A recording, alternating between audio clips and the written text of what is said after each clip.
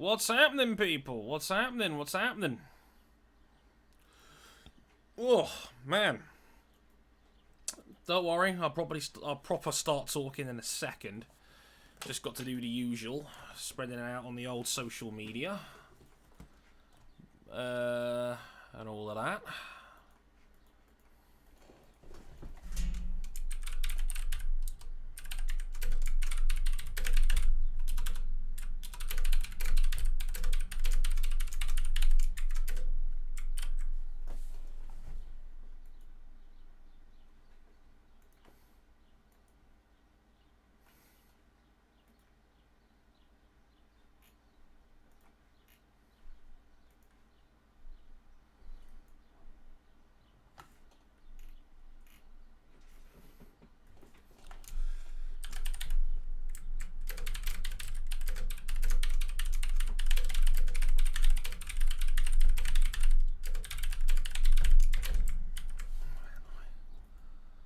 Nothing to hide from anybody. Right, okay.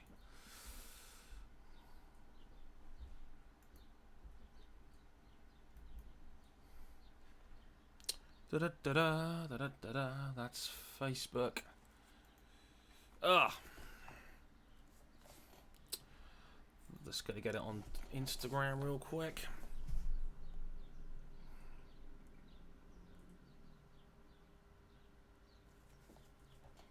It's kind of weird still filming myself shooting an advert while live in the middle of a live stream, but here we are. Sup, folks? Live now. Come chill, come say hi, come talk about whatever. I'm going to be around for the next couple of hours. Or youtube.com/motorsport101. Check it out.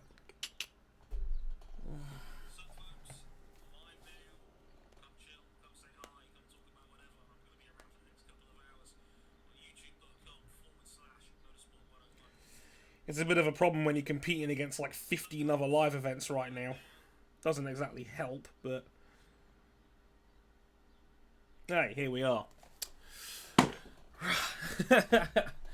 But, yeah, hope you guys are doing alright. Hope you guys are cool. Let's have a look.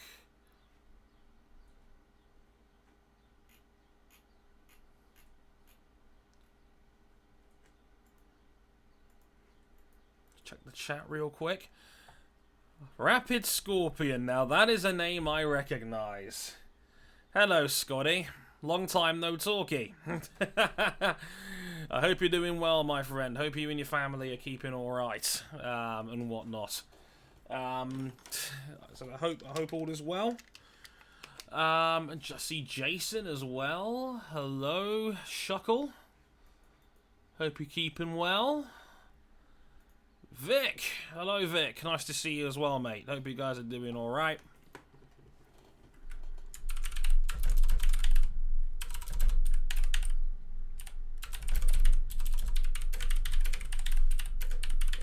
Discord. There it is. Yada, yada, yada. Right, I think I've done all the sharing I need to share. What's up? What's up? What's up? Hope you guys are doing cool. Talk to me. I am around for the next probably couple of hours or so. I've put off a lovely lasagna downstairs cooked by my... Well, it's not lasagna, it's actually a shepherd's pie tonight. Cooked by Mum. Just so I could talk to you fine people. I'm not a big fan of... of mukbangs per se, so I'm putting the pie off so I could talk to you guys instead. I hope you guys are doing cool. Let me know how you guys are doing, and yeah, we'll chill for a couple of hours and see what's what.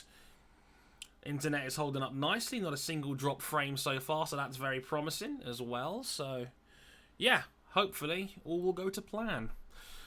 Jason, playing Pokemon X in the background, thinking about a new start with a Pokemon I haven't used. It's funny you mention that. Like, I still have this sitting right next to my computer and I've not even opened it. I still have a 3DS in the corner of my bedroom, but with the Switch now being a thing, it almost feels like you've taken a step backwards to pick up a 3DS and play it. It's weird. I would know because I 100%ed Pokemon Y, so I know exactly what how that feels. And like X and Y are some of the most open Pokemon games out there in terms of like selection available. You get a lot on the table there, so I get what you mean. There's like 3 or 4 different teams you can run on that game comfortably for the very strong teams. Look, when a Pokemon game lets you get Bagon for the Salamence line, like within the first second, like the second hour of play, you're sorted. Today has been one massive yo, what the fuck. Hello, Cameron. Nice to see you, mate. Yeah, it has been one massive what the fuck, to say the least. I'm sure I'll get into the main reasons as to why that is later on down the road. Joe, good to see you, man. Nice to see you, mate. Richard, looking forward to this. Thanks, man. Complaining or anything. But, yeah. Today's shit show of a virus briefing had me finally...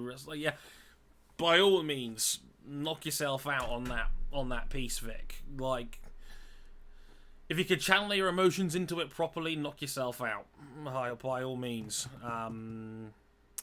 Amine, is that how you pronounce it? Sorry if I got your name wrong there, my friend. Hi from Rabat, Morocco.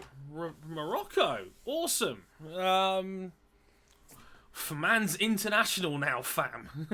Brilliant. We're getting the Morocco audience in. I think that's brilliant. I went to Morocco on holiday when I was like 10 years old. Beautiful part of the world. Went to Agadir. I'm sure you know about. Lovely place. One of probably my favourite holiday. Morocco was awesome. Loved it. Kelly is here. Hello, Kelly. Nice to see you, darling. Love the hair, by the way. You going blondiness was quite a surprise, I have to say. I don't have a. Jason said I don't have a Switch. I'm stuck with Pokemon X and Animal Crossing newly, thinking about Omega Ruby. Not a bad shout either. Omega Ruby is another very full game. The problem is, I think it's also very similar to X and Y in terms of lineups, but you do have the option of getting all the legendaries if you get Omega Ruby, and now with banks and whatnot, you can move everything around. So it's yeah, it's kind of crazy. But yeah, Gen 5 is best gen. Fight me. I need to Google and recheck what was in Gen 5. Because Gen 5 is I've always said is an underrated generation. Certainly. Wouldn't know if I'd say I'd go as far as to say it's the best, but the starters were pretty mediocre across the board. Excadrill was pretty great. Conkeldurr's one of my favourites. Seismitoad's still competitive now to this day. Crocodile's always been pretty awesome. Darmanitan's always been pretty awesome. Yeah, you might have a point there, Kelly, actually. Zoroark, Garbodor, Scrafty, Gothitelle, Ranunculus. It had a lot of pretty cool Pokemon in it. Keldeo, the Landorus Cabalion, Virizion Trio. Hydreigon's been one of my favourite Pokemon for a long time. Ferrothorn. You know what, Kelly? You might be onto something there. I'll say that much. It's a very strong generation, certainly. 2020 is just a year of how long we can hold the H button on the keyboard to complete the. I'm with you on that one, Rezi. I am with you on that one. Good to see you, mate. Yo, Dre, how you doing? Hi, Viandra. I'm good, man. I hope you're doing all right. Best story, Gen 5? Certainly a case. Certainly a valid case. I don't know why people didn't pick up Gen 5 like a lot of other generations did, but it was pretty awesome across the board.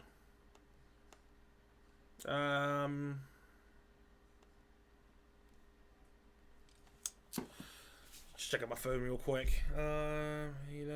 Massive Ocon fan. Wanted to see him race for the first time since Abu Dhabi 2018. Then his computer crashed, so I was waiting so much to see him racing. Yeah. Like I said, you're absolutely right. Agadir, great place. Beach is great. People were great. Weather was fantastic. Friggin' 30-degree weather pretty much the entire holiday. It was 30 degrees plus. The hotel I was in was beautiful. Had a great pool. Went to the beach a couple times. I went on a boat trip as well. It was great. I was like this tall. I think I was like 10 when I was on that holiday. So it was ages ago. So it was 2003. I went there. But yeah, great stuff.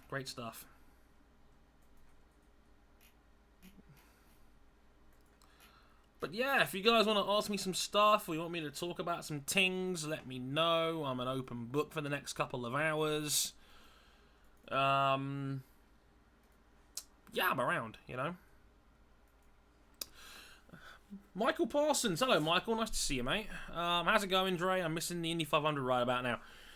Yeah, I don't blame you. I know that I think it's NBC that are doing a rerun of last year's race right now. I mean, I could not have gone online at a worse time. I didn't realise that Formula One had their esports virtual Grand Prix celebrity at the back wanking showcase today. I didn't realise as well that Jimmy Broadbent's going to go live with a Euro Truck thingy-majiggy stream as well, and it's not ideal. Of course, 2 hours after, after another daily briefing, which has pissed off the entire country, as far as I'm concerned. There's a lot going on here. Broadbent streaming at 7:30, I've just checked. Oh, dear. So, yeah, Yeah, there's a lot going on. I decided to go online and do this mostly because today was meant to be Day of Classics 2020. I think it will be our fourth Day of Classics, combining the Monaco Grand Prix, the real-life Monaco Grand Prix, and of course the 104th run-in of the Indy 500, of course, due to COVID-19. That will not be happening. And going by Monaco's Drivers Club that put out a statement earlier in the week, we won't be next year either, because Monaco and the 500 are going to be different weekends, so we won't be able to do Day of Classics next year either, unfortunately. We are in talks about potentially doing a classic Day of Classics on here anyway at some point, but feasibly it would be quite hard, because how are you guys going to be able to watch along? It from a technical standpoint, it is difficult, but it is something that I absolutely would like to do. But I thought, let me make up for it by being on here for a couple of hours at least and talking to you guys, which are, it's always a plus. I thought I'd go out of my way to do something at least. And yeah, like you said, busy times, yet 15 of you are still sitting there and watching me, which is wild to say the least.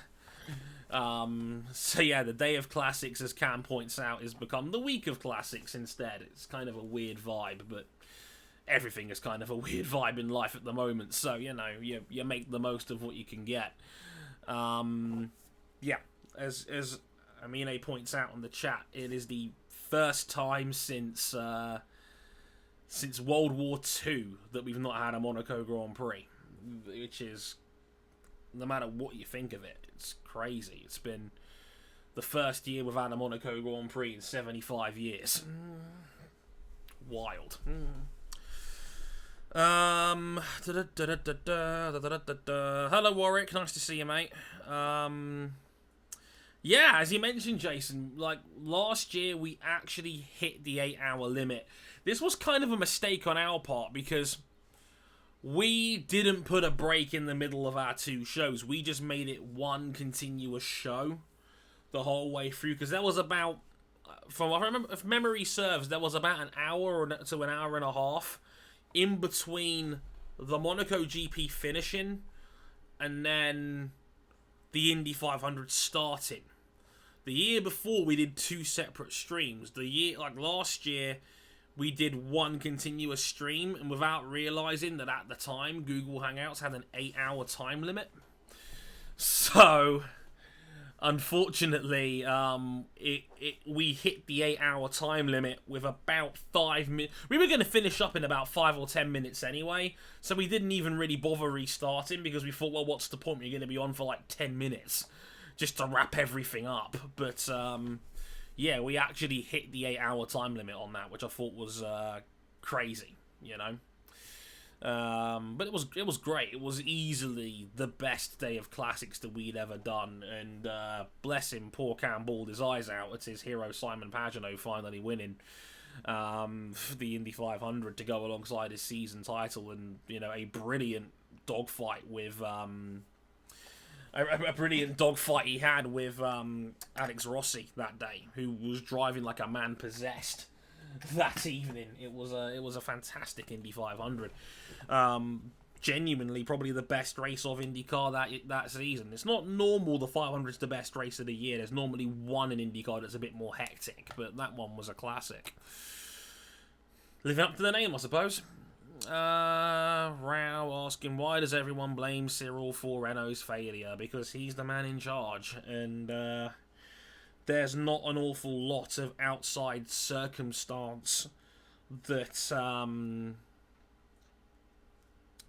that would make it not his fault or take some of his accountability away. Unfortunately, you start at the top, and Renault was a hot mess last year. They dropped from 4th to 5th in the championship. They didn't drive particularly well, despite spending $20 million a year on Daniel Ricciardo as their great big mascot signing alongside Nico Hülkenberg.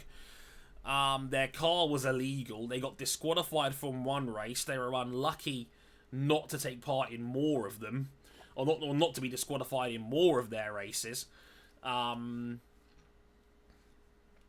So, you know, it was an embarrassing year for Renault by any and all measures. And the fact that they're now considering dropping, you know, obviously they've had to let go of Ricciardo because he's gone to McLaren.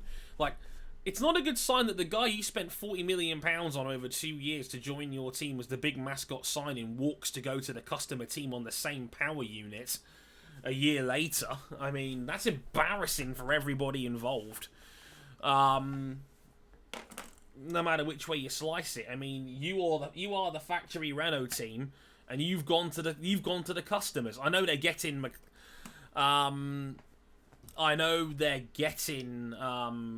Mercedes power next season, but it's still an embarrassing look that the most prolific driver on your power units has walked away from the team. A guy who made his career driving Renault powered cars before going to Honda, and he was at Red Bull. So, by all accounts, it's pretty embarrassing for Renault, all things considered. And then the man wants to talk about, you know, man wanted to talk about how the salary cap situation and driver salaries are inherently unfair when he's a man that blatantly overpaid for Daniel Ricciardo in the first place, and is embarrassed, cleaning the egg off his face from being humiliated by him walking away after one season, effectively. From a team that always wanted him, who's a customer on the same power unit. So sorry, Cyril. It's kind of a bad look. Just saying.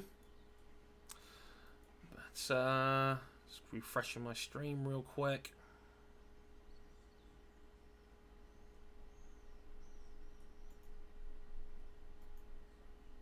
Just a second. My internet is huffing and puffing a little bit, but it's actually still working out. There's 28 of you in here? Holy shit. That's crazy. Damn, I didn't even realise. My YouTube guys watching counter on my stream deck had actually frozen. It only said 3. I refreshed it and it says 28. I'm just sitting there going, well, holy shit. Okay. That's crazy. Thanks everyone that's tuning in. Much appreciated, everybody. Much appreciated. Just checking the chat. Yeah, Discord's another viable option for that now as well, because Google Hangouts is dead. I mean, Google said they were going to stop supporting it last year, so no one uses it anymore. People are just going to either use OBS or use Skype or use Discord. You can now have multiple people on Facecam or multiple people streaming at once. So, what other reason now is there? I mean, I've literally sat down and streamed versions of the Jackbox Party games to members of our Discord server. So yeah, you know, it all works out in the end. But yeah, we'll see what we have to do on this one, basically. Kelly saying, "I like your hair." Right. Oh, thank you, Kelly. That's very sweet of you. It's not every day a girl is liking my hair. It's a lot. This is the most hair I've probably ever had on my head, because I've respected the lockdown and the guideline rules and not gone for a haircut. I know a lot of barbers are doing in-calls and out-calls right now in private because they need to make their money somehow because they're self-employed and the government here is not supporting them, or their scheme is a faff. So just to find out as to whether they're eligible or not, or whether they can do this or not, or what they're entitled to. So I could have caved and spent like 50 quid from a mate of mine to get a haircut, and I chose not to. It just ended up like this. See, for me, this bit is actually alright. It's the sideburns that are getting a bit out of control now. Like, if I look dead straight at the camera, you can see it starting to grow out like that, and that's just a lot. I might have to shave that down at some point, because the top bit's now got a good 2-3 inches tall. My mum is basically begging to buy clippers so she can actually trim this down, and I'm really trying to resist. I don't want mum to cut my hair. I like it how it is. I'm not in a rush to get this done, so we'll have to wait and see. I saw you saying, yeah, glad you like the shirt, buddy. Nice to see you. Hi, RCM, nice to see you. Miles, good to see you, buddy. Harry, nice to see you. Charlie, good to see you too, buddy. Go for the throw. You sound like everyone. When I went to high school, everyone was saying, "Dre, grow an afro, grow an afro, grow an afro," and I was just like, "No, no, no, no, no." I liked my hair number one, you know, short back and sides and all of that. And as I've gotten a bit older, only in the last year have I properly, you know, found the confidence to try stuff that's different. You know, so just I'm going back to my childhood here for a minute. So I'm 27 now. It's crazy. Ricardo made the right decision. McLaren on a rise. Contenders power. Podium contenders. Yeah, I'd say so, Michael. I can't really argue with that. They need to find maybe another half a second a lap to get in and amongst the podium sitters, but McLaren and Mercedes power will certainly be a promising factor in that. Certainly a rock-solid, reliable power unit that is probably going to be a bit quicker over the course of an entire season. Renault's power units were only at their best in low altitude last year, or in the last couple of years. So, you know, we'll have to see how they go. And then getting Alonso out of retirement is fucking stupid. There's no reason for Renault to spend 30 million plus a year bringing Fernando Alonso back, and for Fernando Alonso, there's no reason to go back to a team that will not win him a championship. So what is he really doing this for? Unless the man is desperate for one last big payday, it's a fucking waste of time as far as I'm concerned.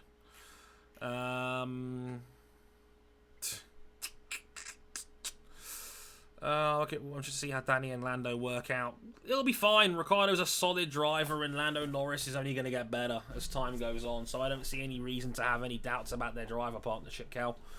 They're solid, you know, and I think that will continue. Let's have a look. Harry saying, what were your thoughts on it? On The Last Dance?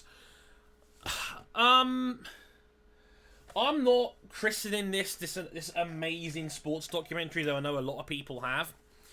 What I will say is that given the amount of difficulties that they were going to have to come across to get The Last Dance produced, they did a very good job. Because if, by all accounts, the story was that Adam Silver was one of the heads of the NBA's broadcasting department or marketing department when they originally filmed that season back in 1998. But it was a bit like nuclear submarines where both people have to agree. This was never going to get released unless Adam Silver and Michael Jordan both approved it. And I think it was only when Cleveland won a championship a couple of years ago in the NBA did Jordan finally concede and say, okay, go release it. Jordan is like, and if anything, what The Last Dance proved to me was that the man very clearly cares a lot about what people think of him. You know, this is a guy that's got a very fragile ego when it comes to public perception. I think he was very sensitive to the Jordan meme, the crying face meme that he had a few years ago. I'm glad he was able to make fun of that at Kobe Bryant's funeral earlier this year. But let's not forget, Michael Jordan himself and his production company co-produced this documentary. There was nothing in it that Michael Jordan didn't want you to see. You know? And if anything, the talk of, I think it was episode 4 or 5 where they talk about him not endorsing Harvey Gantt, who was running for, I think it was a senator, running to be a senator in Illinois, when he didn't want to endorse Harvey when he was going up against an outright blatant racist who said when he celebrated retaining the seat, there'll be no, for someone else, there'll be no celebrating in Mudsville tonight. The man was a blatant racist. He didn't want to endorse the black candidate. You know, this is a guy that clearly cared a lot about his public image. And to the point where he was almost afraid of making a home run endorsement that wasn't going to cost him anything. Hence that famous line, "Oh, Republicans buy sneakers too," which again was a joke taken out of context, but it wasn't a million miles away from clearly from what Michael was thinking. You know, which is unfortunate, but you know, it was a fun, nostalgic look back in the 90s. I've always said I would have loved to have grown up in the era and in the time of Jordan. We didn't take basketball seriously as a sport in the United Kingdom until Jordan came along. We still haven't got, only in the last year have we had pretty good NBA coverage in the UK, given it's now on Sky. But back in the late 90s, the only way you knew about basketball was deep in the pages of CFAX.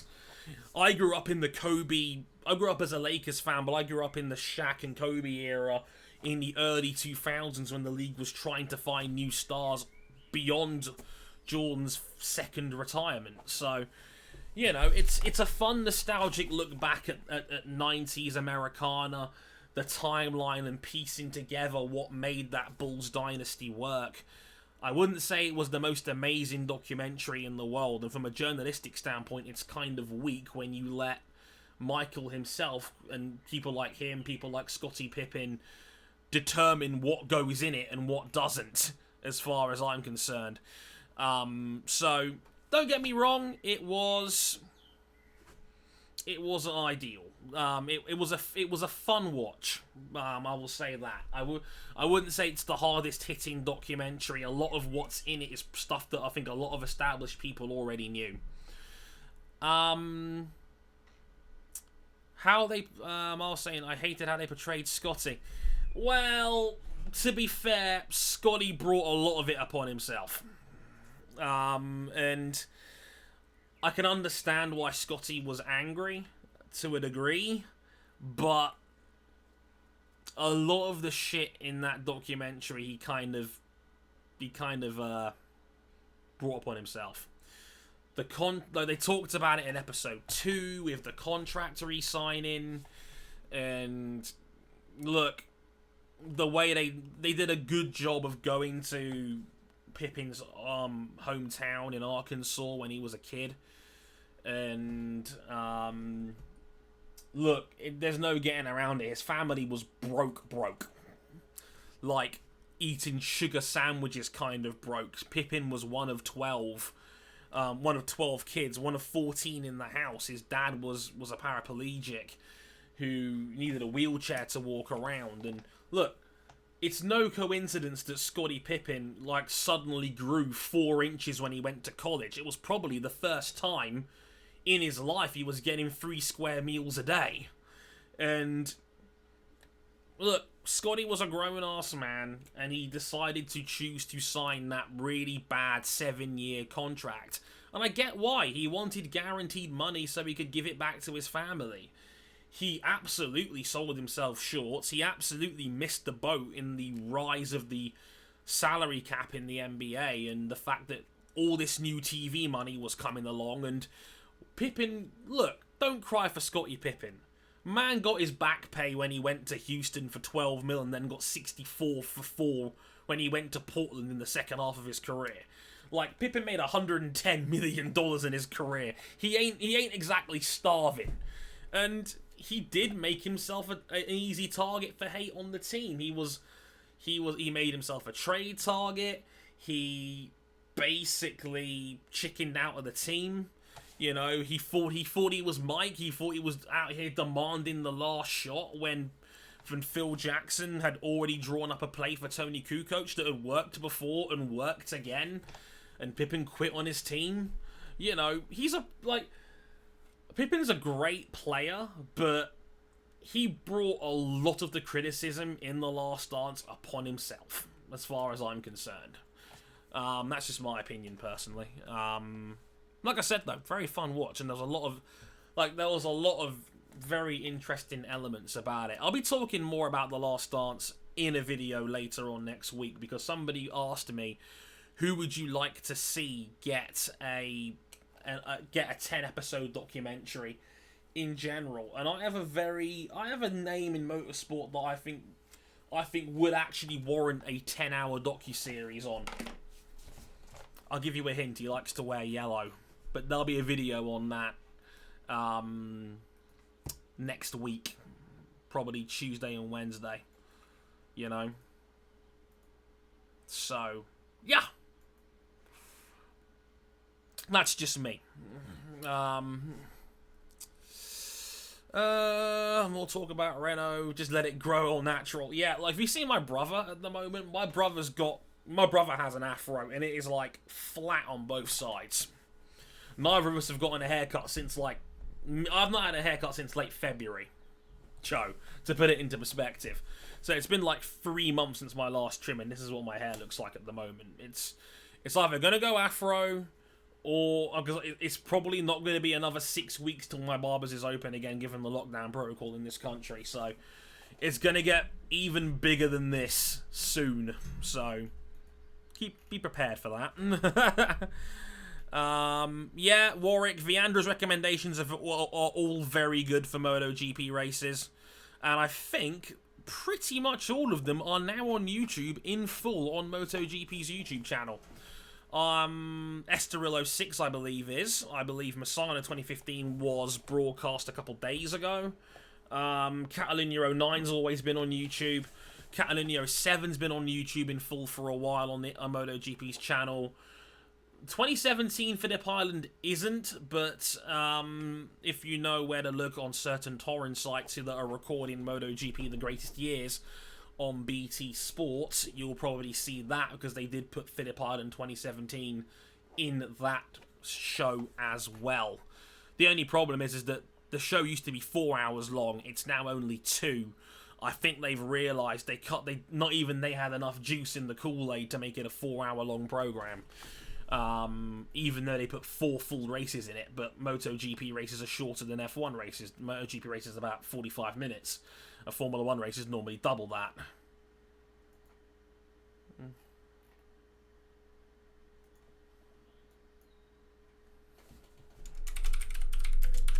One sec.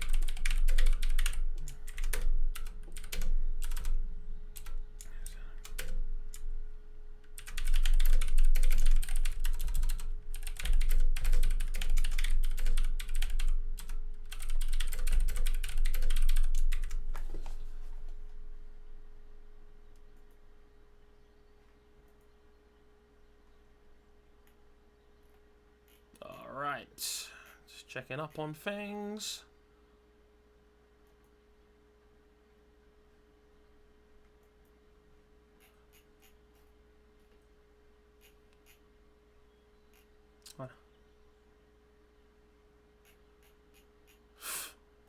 Ah, George Russell won. Good for him.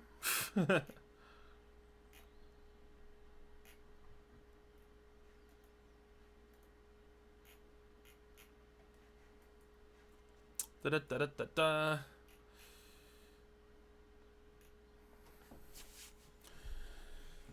Yeah, I'm just checking the chat.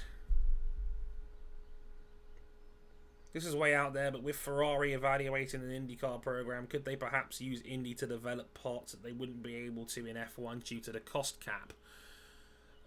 Probably not, Michael, because they fundamentally run different chassis. What works on an Indy car is not going to work on a Formula 1 car, probably.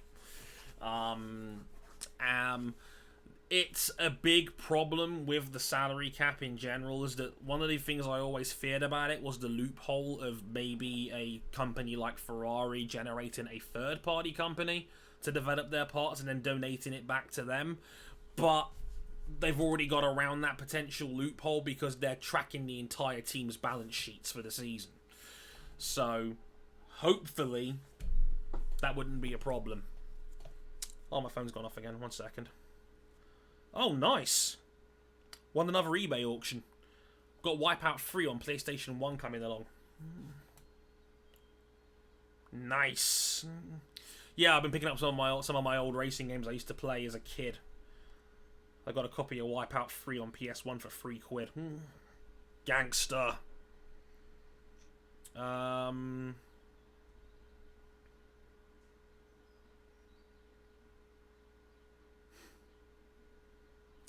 Just paying for that now real quick. Yeah, done. Sweet. Picked up an Apple Watch on there today as well. Series 3. So hopefully that'll be here that'll be here next week as well.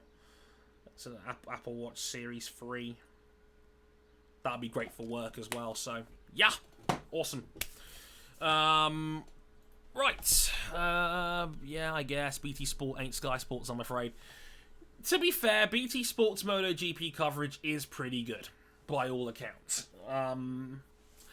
The only major problem I have with their coverage is Keith Ewan as a lead commentator, and even he is becoming a bit more tolerable because Valentino Rossi isn't up the front every week.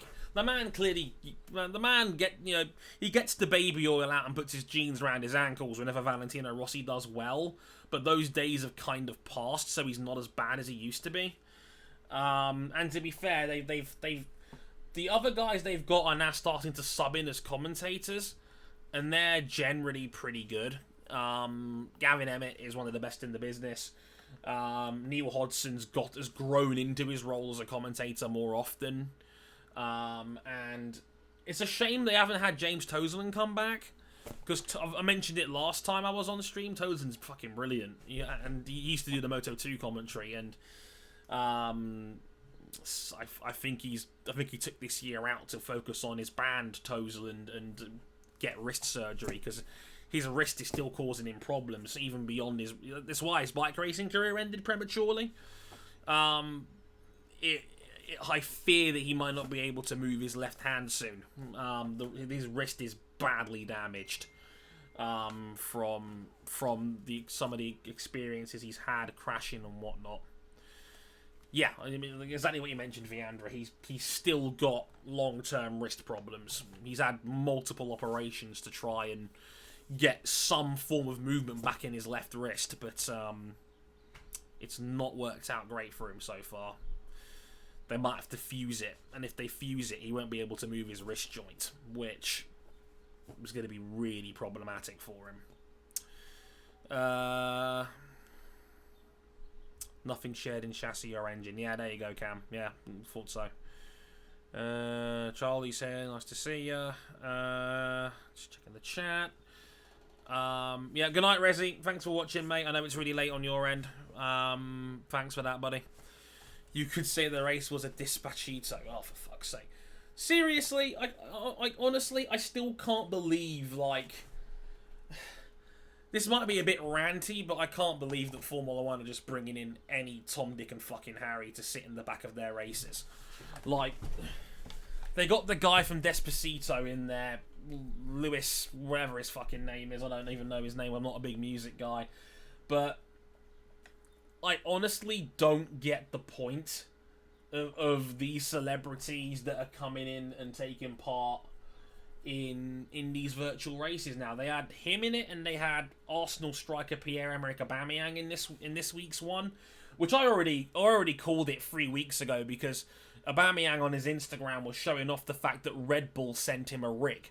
So in case you guys were curious as to where Ben Stokes had gotten his from, it's pretty obvious that Red Bull are sending rigs out to all their sponsored athletes to take part in these races, because they obviously want to spike a viewership number. They obviously wanted to spike a viewership number on their broadcast.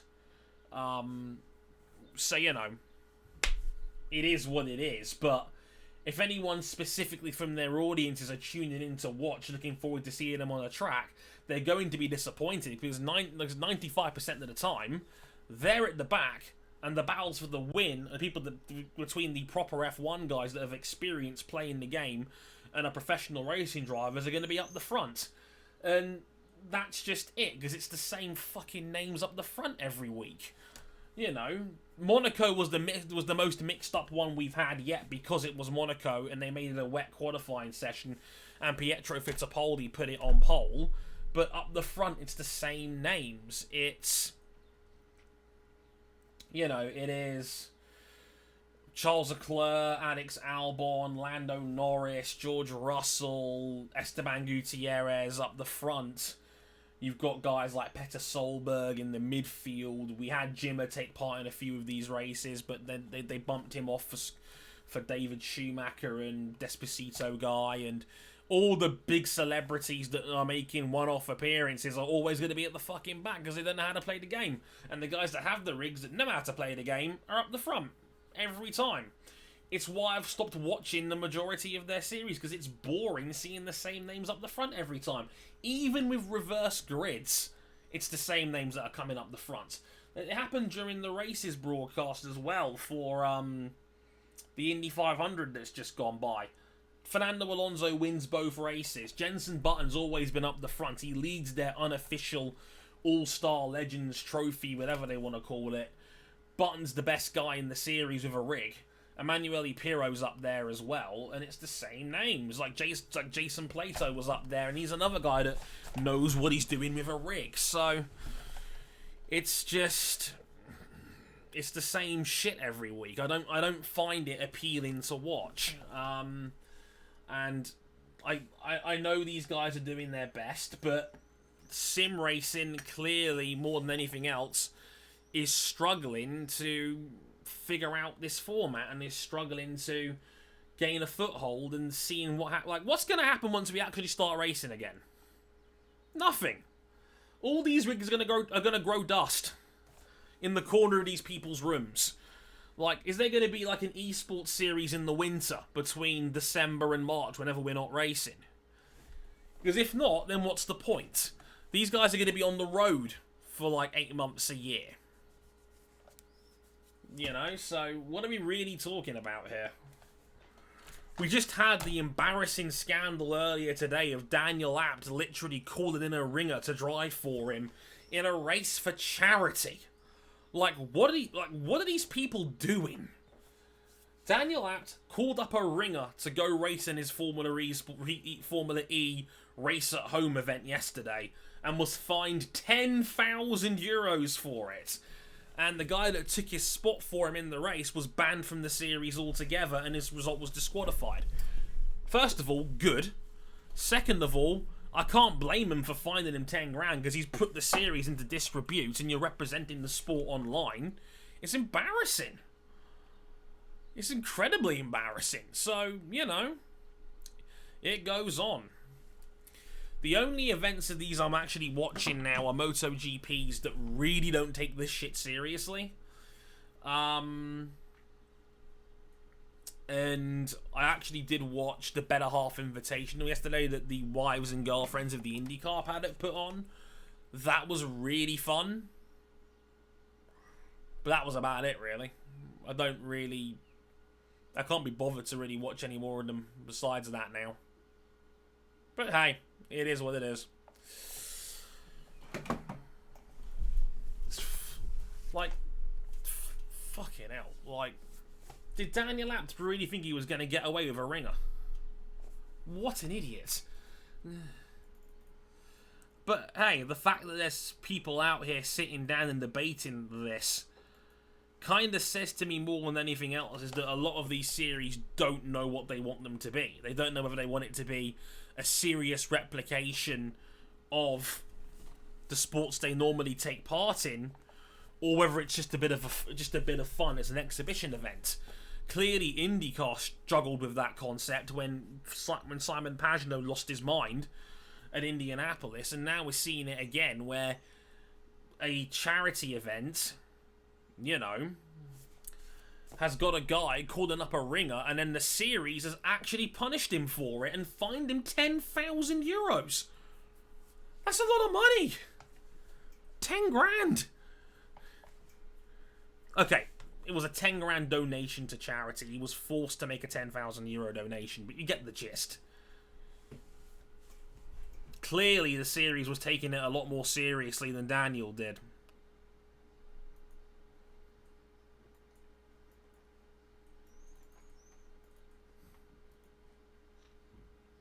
But hey, sometimes it be like that. What about marbles? What about marbles? Like, honestly, I understand the wholesomeness of marble races. Not for me.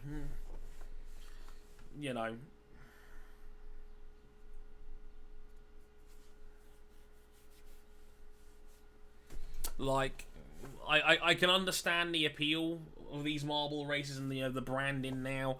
It's gonna blow up even more, because I know Last Week Tonight's now working with them, John Oliver's TV show in the States. I know Formula E's done work with them as well. And again, I get the wholesomeness. I respect it. Not for me personally.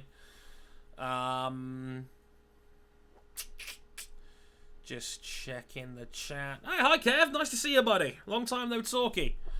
Yeah, love the MotoGP ones. Last one was the most serious, but you still had Mark having the laugh all race. Want to know a little secret? You didn't hear this from me, but apparently Milestone are not a big fan of their MotoGP races, mostly because some of the city clips, like one of the bikes getting launched up into the fans, apparently the developers of the game are not a big fan of their game being made to look silly. To which I say, make a better video game. But it's the MotoGP ones have been serious fun, and I think the reason why is because it is established from the outset that none of these guys are taking it seriously. Like, the difference is between that and IndyCar is that IndyCar, they were trying to replicate their broadcasts and they were dead fucking serious about it. They brought in the commentators, they brought in people to start their engines, they brought in people to sing the national anthem, they replicated the liveries, people were sitting there in their race trim, they had sponsors on the side of their wheels. For all intents and purposes, IndyCars was a direct replication. MotoGP's was not. The only thing they were doing was half of them was wearing their race gear. That's about it, So, these different sim racing series are going to have to be careful in future as to what they want their series to be. And that's something that's going to be interesting going forward. So, you wouldn't see it in an IndyCar race that Marc Marquez would slow down in the middle of a race so he could have a fight with Danilo Petrucci on the final lap. But like I said, it set the tone. It's set the tone, shall we say, of what they wanted their series to be, and everyone's just embraced it, and that's why MotoGP's been the most fun by a mile. And yeah, Tito is hilarious. Don't blame me on that one, Viandra. And yeah, look, I don't take Milestone seriously either. They are not a particularly great racing game developer. And if anything, I think their games have gotten worse over the years. You know how I know this? I've got my PS4 on right now. Like, two of my most recent games that I've got right next to me are Ride 3, which I paid 20 quid for to have as the Game of the Year edition with all the DLC on it, and Ducati's 90th anniversary, which was a game they had with the Ride 2 engine. It was like it really should have been DLC for Ride 2, but they ended up releasing it as a £30 standalone game, which was always fucking cuckoo as far as I'm concerned. It should have been like a £15 DLC for Ride 2. But honestly, Ride 2 is better than Ride 3. Ride 2 is a more enjoyable game to play than Ride 3. Their handed-in models have gotten worse and are less fun to play over the years. And I get that they're trying to do a Cody's and trying to be more of a simulator. Their games are less fun. Like, Ride 4 is the last time I'm going to gamble on a Milestone racing game. Like, honestly, if Ride 4 ends up being mediocre when it comes out in October, I'm done with Milestone's games. Like, seriously. They get less fun the more realistic they try to be, as far as I'm concerned. And, like, I watch Robo46 on YouTube, who's one of the better, biking video game Let's Players out there. Like, certain events on Ride 3 were literally impossible to win on 120% difficulty. Like, literally impossible, because the game was already cheating with AI on bikes that were too fast. It was a joke. So, Milestone can do better with what they've got, but we'll have to wait and see.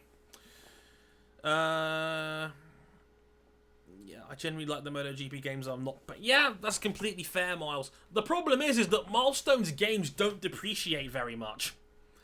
For some reason, they don't get the big price slashes that a lot of other racing game series did. Like, I remember Onrush, when Codemasters released that last year, for them trying to be the racing game version of Overwatch. And within a month of it coming out, it was out for 20 quid. And it came out as a full £50 AAA retail release.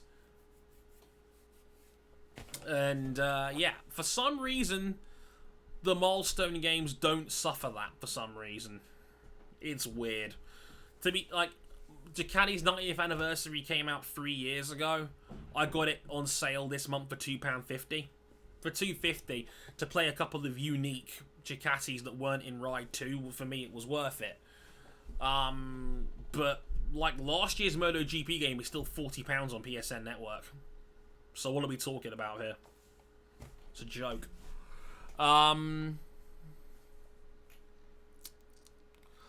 Let's have a look again. Yeah, Sid. Hi mate, nice to see you. Yeah, Virtual GP is confused about what they want it to be. You got Gutierrez using other cars as brakes, and then George Russell has a race. George Russell has had a race engineer for that? It's fucking Monaco. What strategy is there besides one stop, be prepared to barge people out of the way? Like, Jesus. Yeah, I'll do what Pagano did. Yeah, absolutely right, Joe. Viandra asking, am I getting the PS5 when it comes out? It's a hard call. I want to hear about whether they're going to make it backwards compatible with the PS4. If they do, I'll consider it. But if the rumours are true and it's coming out at 500, leaning towards saying no. 500 quid is a lot of money, and I've already got a decent PC. And to be fair, this PC is already near the end of its life. Like, this PC does suffer from freezes. It's not as efficient as it was. This computer is about 5 years old.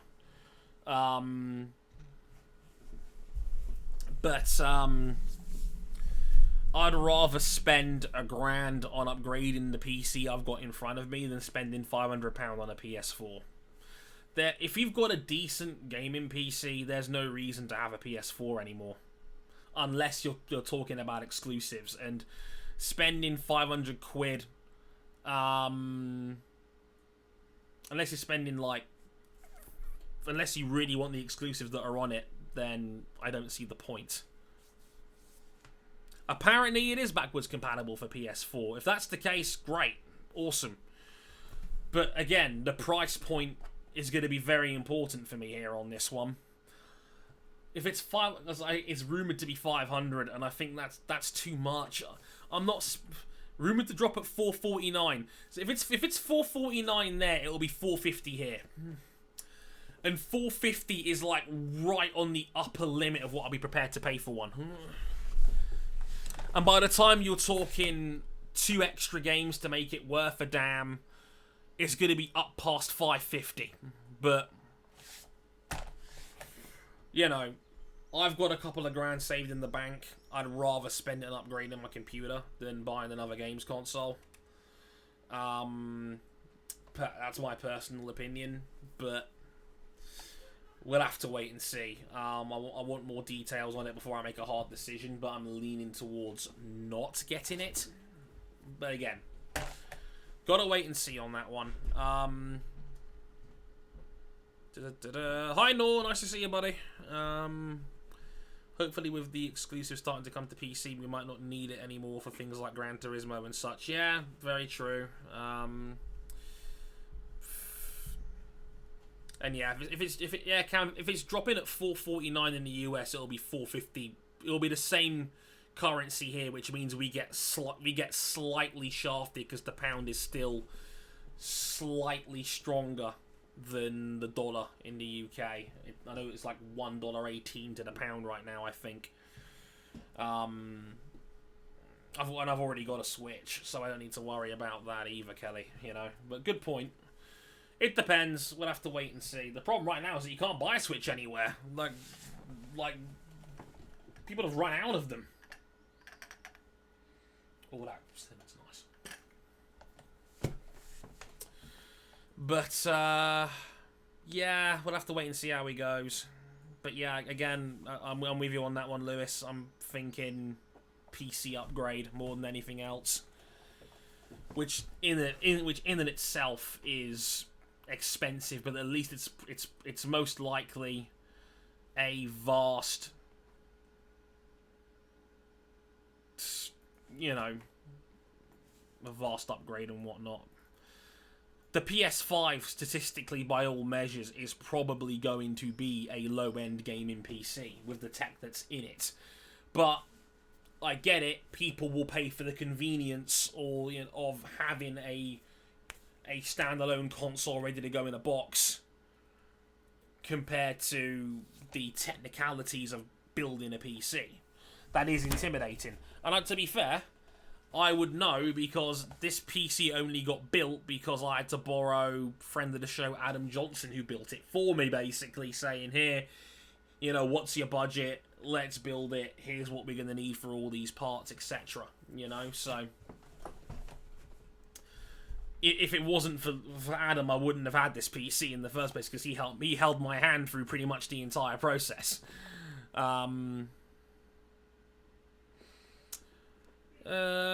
Checking the chat. Yeah, at least Xbox doesn't hide from the fact they're trying to just combine with the PC. Yeah, it's very true. Xbox, you know, being able to share games on PC is nice. At least Xbox aren't. I mean, look, it's coming from fucking Microsoft. Of course they're going to align with the PC. It's natural for them to do that. But, you know, touching 500 is very dangerous because you're putting it right in that low-end gaming PC ballpark. And that's ultimately what this is, you know. A gaming PC is the convenience of a gaming PC. And launching at 500 is scary high, you know. We'll have to wait and see. Miles, people pay $700 for smartphones. They pay a lot more than that these days, Miles. $450 for a console which could last close to a decade is fair. I guess, but a smart look. One of these is the most influential gadget of the last 20 years. The smartphone has done everything convenient that you need to do in a very handy package, you know? So, a smartphone does everything. It's more justifiable to me to spend that sort of... And to be fair, I don't spend that sort of money. I got an iPhone 8. That cost me 300 quid. And I'm on contract now. If it was on eBay at the time, it would have been about 300 quid. But, you know, it is what it is. But the smartphone is a much more usable and versatile gadget compared to a games console.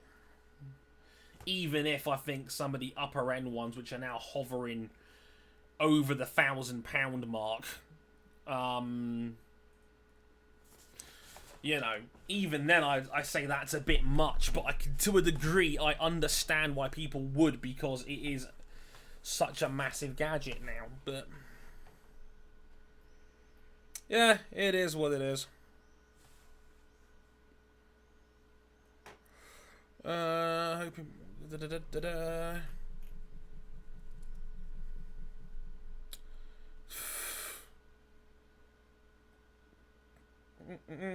Just checking the chat. Hey Dre, what's your opinion on LMDH and Le Mans hypercars? Cautiously optimistic.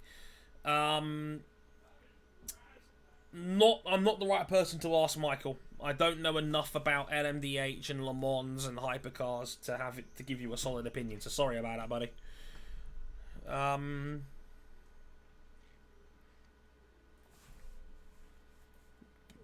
yeah, I can't argue any of you guys' takes on it. Hi Zoe. Nice to see you. That's a car thief in the chat for those of us that are wondering. Yeah, PS3 had just about everything go wrong. It was too much money. It had no games because it was a dumpster fire to develop for. But it had Fight Night Round 3, Cam. Look at those graphics as you knock that dude out in slow motion.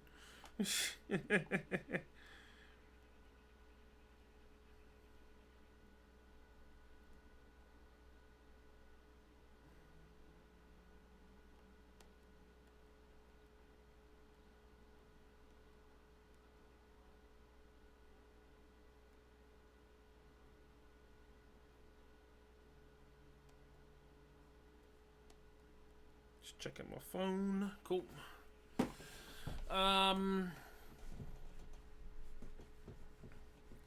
Yeah, another good point from Zoe. You got to buy games too, and if you're getting them brand new, they're £50 a pop. So you know, it adds up very quickly. I mean, you buy a PS5 and you buy 5 games, and that's assuming the RRP stays at 50 per game, which I don't think it will. I think it will go up to 60. Look, you buy 7 games for a games console, you've pretty much made up the cost of the console again. Which is why you probably should invest the early capital and spend 500-600 quid on getting 2 or 3 good games in a bundle right at the start. But then again, we all know that launch titles for games consoles, for the most part, are pretty mediocre most of the time. So, again, catch-22. It's a shitter. Ugh.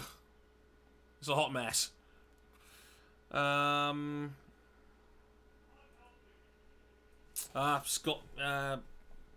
Scott's talking about upgrading as well. Start a gaming PC. Yeah, totally get ya. I don't know enough about gaming PCs to comment, but I'm sure it sounds great. Yeah, normalised to $60 for a game. Same, RJ. 50 quid for us in the UK. And sometimes more than that for the online versions in people's marketplaces. Sometimes it's even more than 50. You know, so it's not exactly ideal, to say the least. Just Checking my screen as well. Oh, for God's sake. Of course Zoe texted me because Vic mentioned it in the chat. Way to go, guys. Team effort.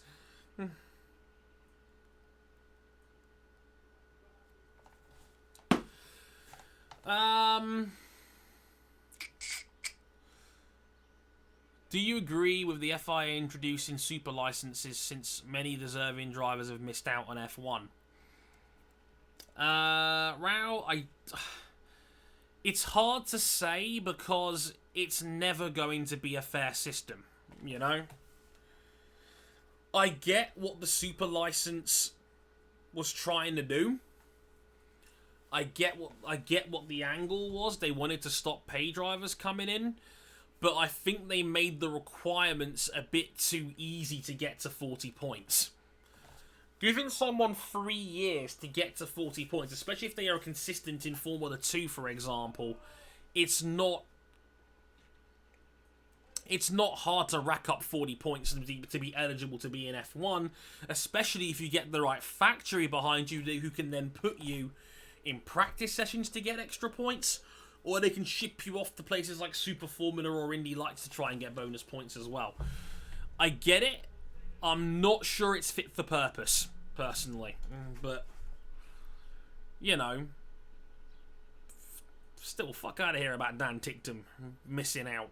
You know, nothing of value was lost there as far as I'm concerned. I fucking remember, like, in the cartridge days that Acclaim had the audacity to charge $70 for new titles. Good God! $70. So I assume that's Genesis and Super Nintendo sort of time. That is crazy.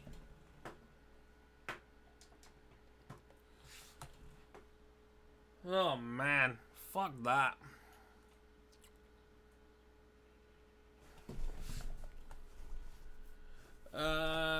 PS2 F1 games are pretty meh in general, Warwick. Career Challenge 99 to 02 was probably the best of the bunch. But the arcade ones were arcade racing games. They're fun in their own right. They provided some decent short-term thrills, but they weren't masterpieces by any stretch. Studio Liverpool's games were probably the best of the bunch. Championship Edition, when it came out as a launch title on the PS3, was a big step forward. I'm one of the more underrated Formula 1 games as far as I'm concerned. It was a good game. It was tough as nails, but it was satisfying to play. Certainly.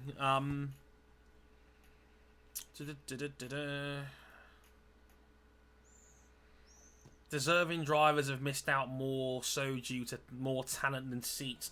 Yeah, you're probably right there, Miles. The talent has absolutely gotten better in the junior classes in the last 4 or 5 years. And, look, it probably didn't help 2 years ago that Russell, Albon and Norris all got in at the same time. Because it's now going to create another bottleneck to get into Formula 1 for any other decent young talent that might shoot through Formula 2. Whoever they may be, you know.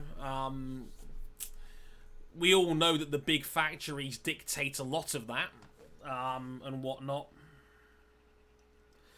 So yeah, you know, it's not a fair fight. I don't think the super license was the problem behind that. I think it was more to do with the fact that there is a bottleneck for talent, and the champions rule in Formula 2 being a thing also makes it difficult. So, you know, there's a lot going on here. People asking about Dan Ticktum. He fucking sucks. His attitude is pathetic. No, we don't need a villain in Formula 1, Rao. I don't like this preconceived notion that we have to have a villain.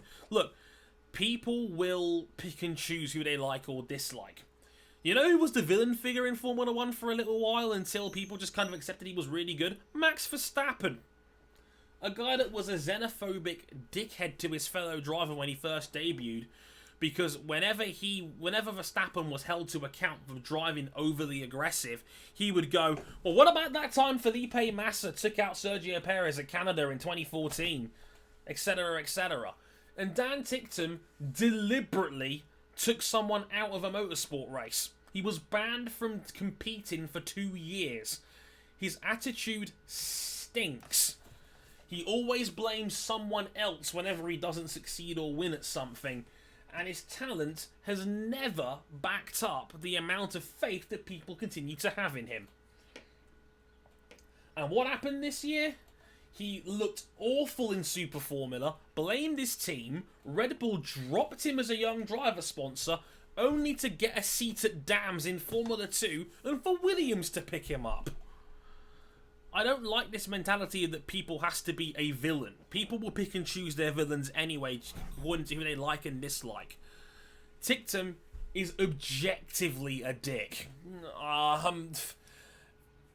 He should have never gotten another job in motorsport again after what he did in Formula 4, as far as I'm concerned. Like, if you're deliberately taking someone out of a race, you can't be trusted. And if you can't be trusted, you shouldn't be allowed on a racetrack. It's as simple as that. So, yeah. Like, miss me with this whole Ticktum, F1 needs a villain. It's bullshit. He's terrible. He's a twat. And he doesn't deserve anything he gets, as far as I'm concerned.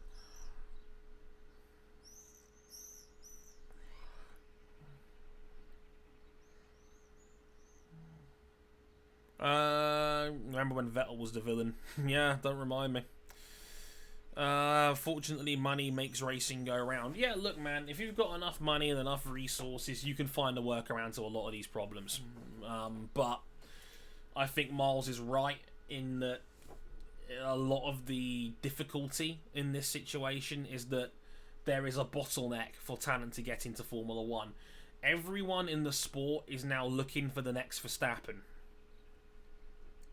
Hamilton, Vettel, and to a degree Raikkonen will be are like the last of a dying breed.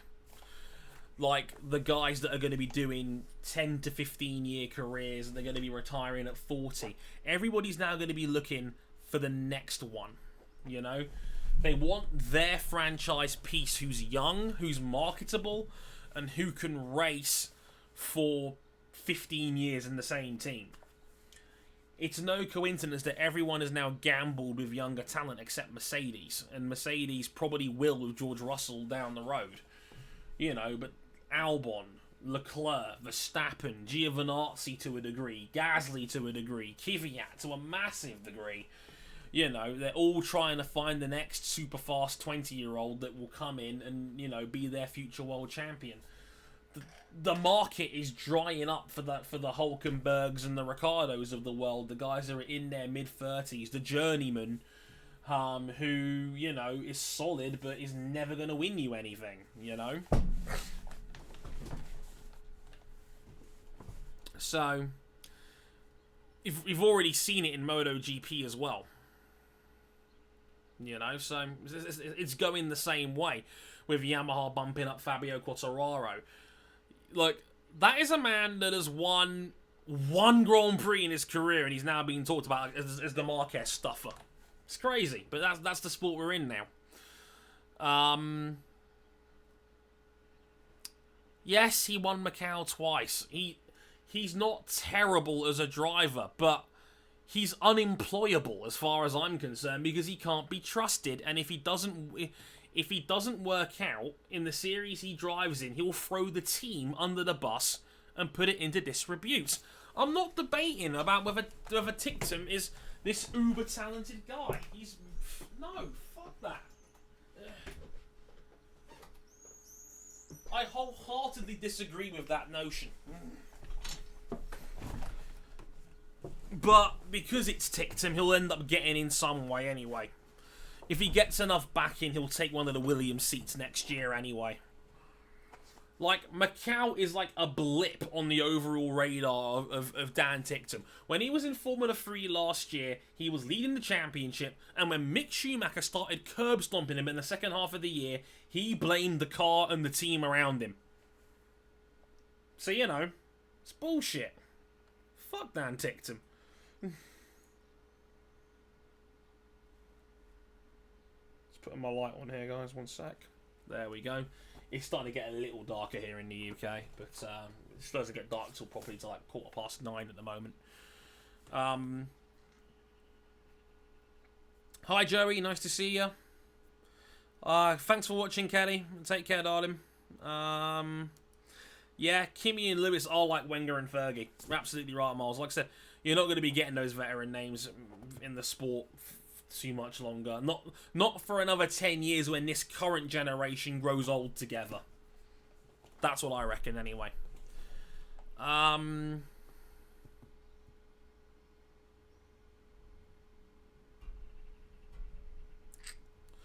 Just checking it over. Thoughts on the Aston Martin takeover? If you're Lawrence Stroll, not the best time to invest in a car firm. Man's put 171 million of his own money into saving Aston Martin, and now you choose to invest in Formula One when the sport's prospects has never looked bleaker.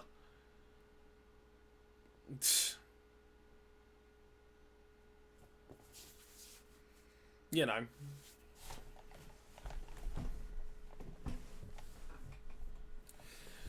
But it's a fine team. I don't see them shooting up the grid unless Stroll's going to throw a shit ton of money per year to make it work. I mean, look at Haas. Gene was willing to spend $100 million a year to try and make this work, and they're now talking about quitting because we're in the middle. They had a 5-year plan.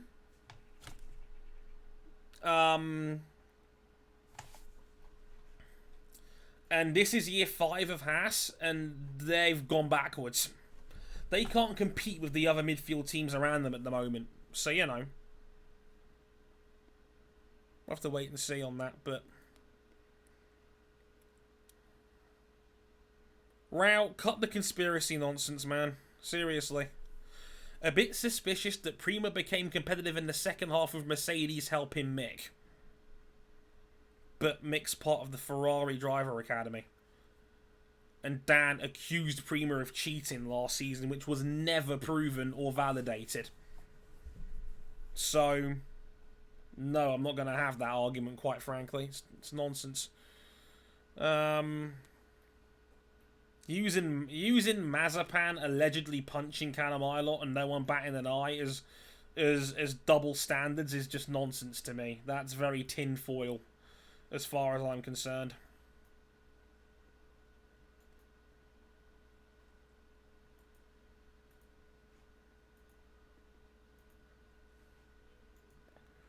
Jesus Christ. Like, Roger just sent me proof in our Discord server about that. Yeah, those gotchas did cost $70 at one point.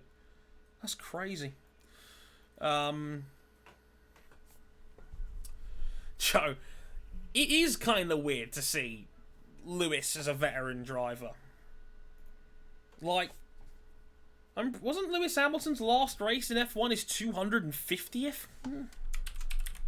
Let me just double check. Googling it now. Yeah, he's now in the 250. He's now in the 250 club for races. He's entered every single race he's ever taken part in. But yeah, his last race in Abu Dhabi was his 250th.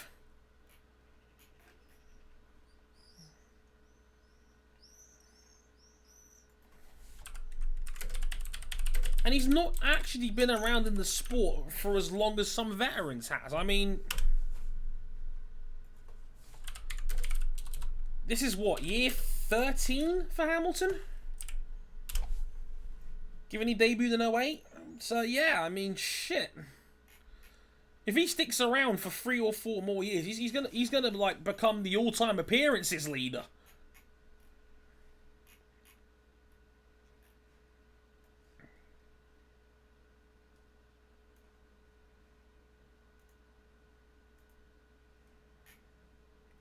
Yeah, Hamilton is now 9th on the all-time appearances list. I just looked it up. He's 9th on 250. You got Jarno Trulli on... Like, he's only the 9th member of the 250 club. Jarno Trulli's on 256. Riccardo Patrese 257. Massa 272. And remember, Massa didn't race in 03. Michael Schumacher 308. Jensen 309. Alonso 314. Raikkonen 315. And then Rubens on 326. And Raikkonen's been around for Raikkonen's been around donkey's years, and he took a 2-year sabbatical. Assuming we don't get a ton more races chalked off the board, Raikkonen becomes the all-time appearances leader at the end of next season. Yeah, year 14 for Lewis. Fair enough, yeah. And let's not forget another important factor in this. Seasons are bigger now than what they were back then. When I was growing up, an F1 season was 15 to 18 races. It's now 20 to 22. We've had 20 race seasons, I think, now since 2012.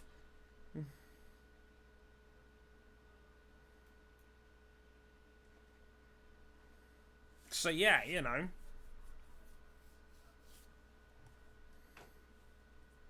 I love that Zoe's doing some moderating in the chat. You'd love to see it. Fire. Yeah, Rao, I know you're watching. Enjoy your time out. If it keeps up, I'm just gonna ban you because I don't want you bringing the chat into disrepute. Quite frankly, I ain't got the time and the patience for it, to be honest.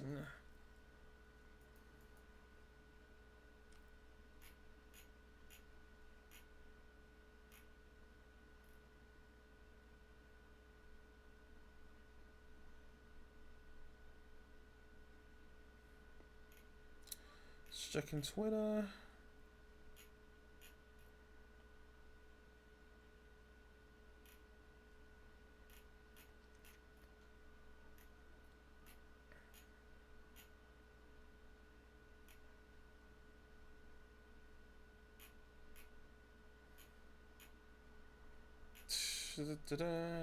Checking the chat real quick.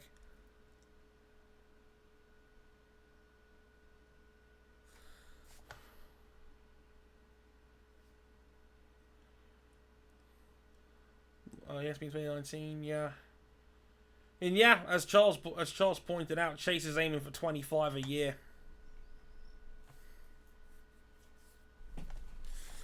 These seasons are only going to get bigger. Chase is going to want... He's going to want 2 races in the US. There's no doubt about that. The rumblings about...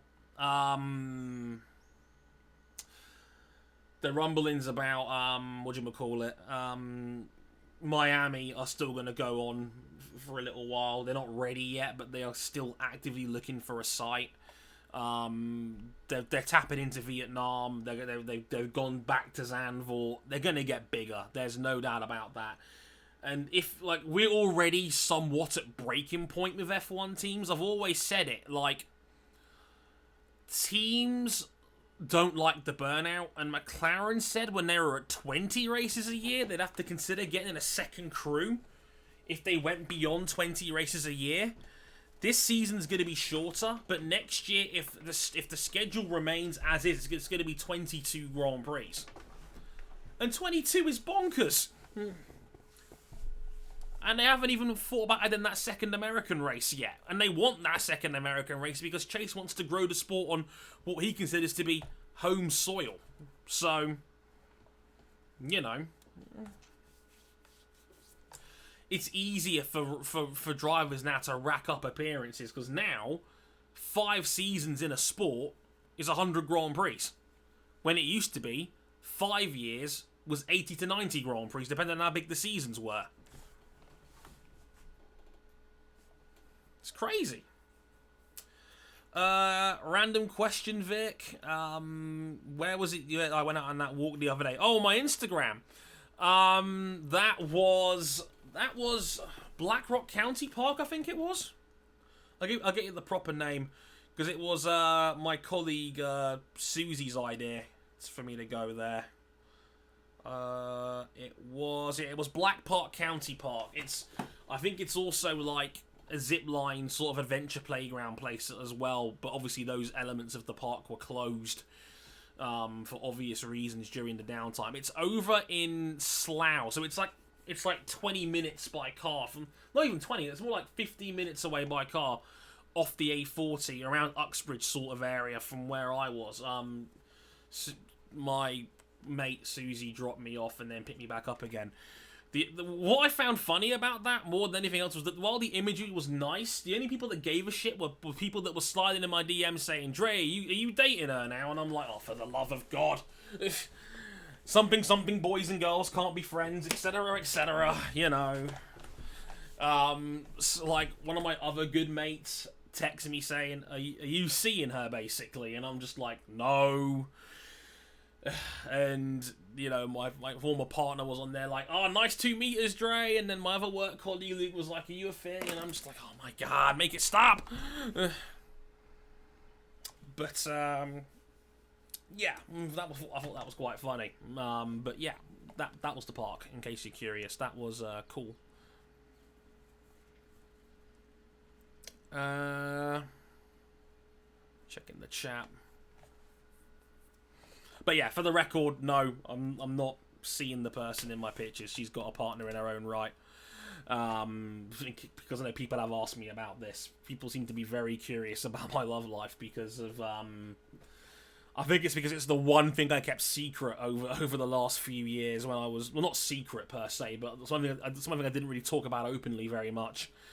And I couldn't because, like, certainly last year I couldn't do that very much because my partner was someone that was also in the F1 community themselves, and it just didn't feel right talking about it in public all the time. But yeah,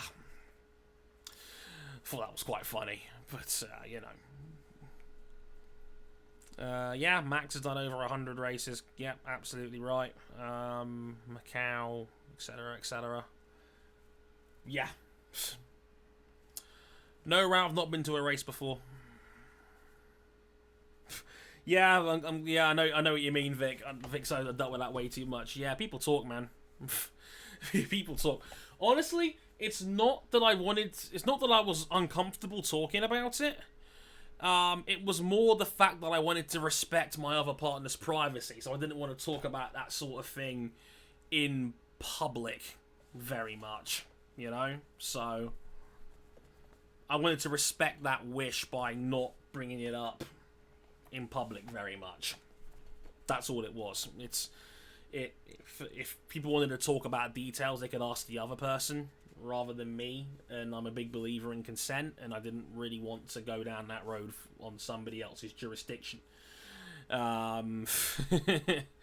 So yeah, I didn't really want to get into it, but yeah, I've been single since December, so don't worry too much about that per se. Yeah, Fiandra, don't worry, man. You're not making it uncomfortable at all. I don't mind talking about these things in public. I always have. Per se, I'm an open book. Like, if I've always had the mentality of, like, if somebody asks you an honest question, I will always try to give them an honest answer.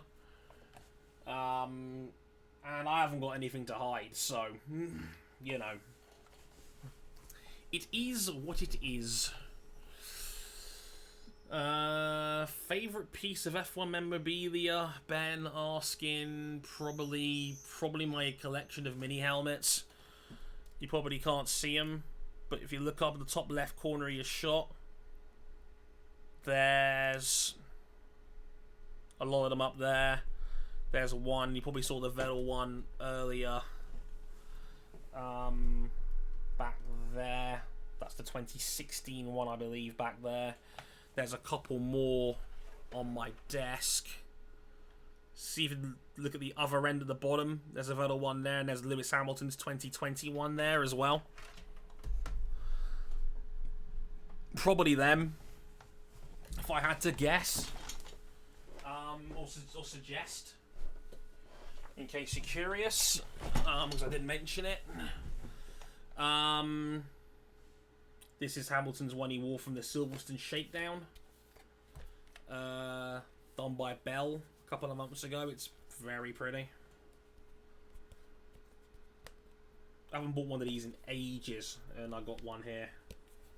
Very nice indeed. Big fan of it. But yeah, I got a ton of those. I would just say, Viandra, the overall design is like just good. Look, the core design of Vettel's helmets hasn't really changed very much, even with his special edition ones. So I just think it's an overall nice design, with the white being the base color and the German flag predominantly being over the top, with minor variations on that. I've always enjoyed that style. So yeah, I'll go with that. Detroit. Detroit's not a bad place for an F1 race. Today she's saying Detroit could be a great American site. Could be agree. I can see Chase wanting to go back to Long Beach. Yeah, that's a possibility. Rao, I'm bored of F1 right now, to be honest with you. But here we are, you know. What's the news in the Discord? Oh, they've made the IndyCar race primetime. Damn. IndyCar season opener at Texas on June 6th is now going to be 8 p.m. Eastern. And on NBC. It's going to be on the primetime channel, which is great for this IndyCar series in general. First primetime race there in Texas for IndyCar since 2013. That's according to Jenna Fryer on Twitter. So yeah, good for them, I suppose. I don't think they should be racing yet anytime soon over there, but it's whatever. Texas, we're going to lose money, you know. So sometimes it be like that. Primetime Texas, yeah.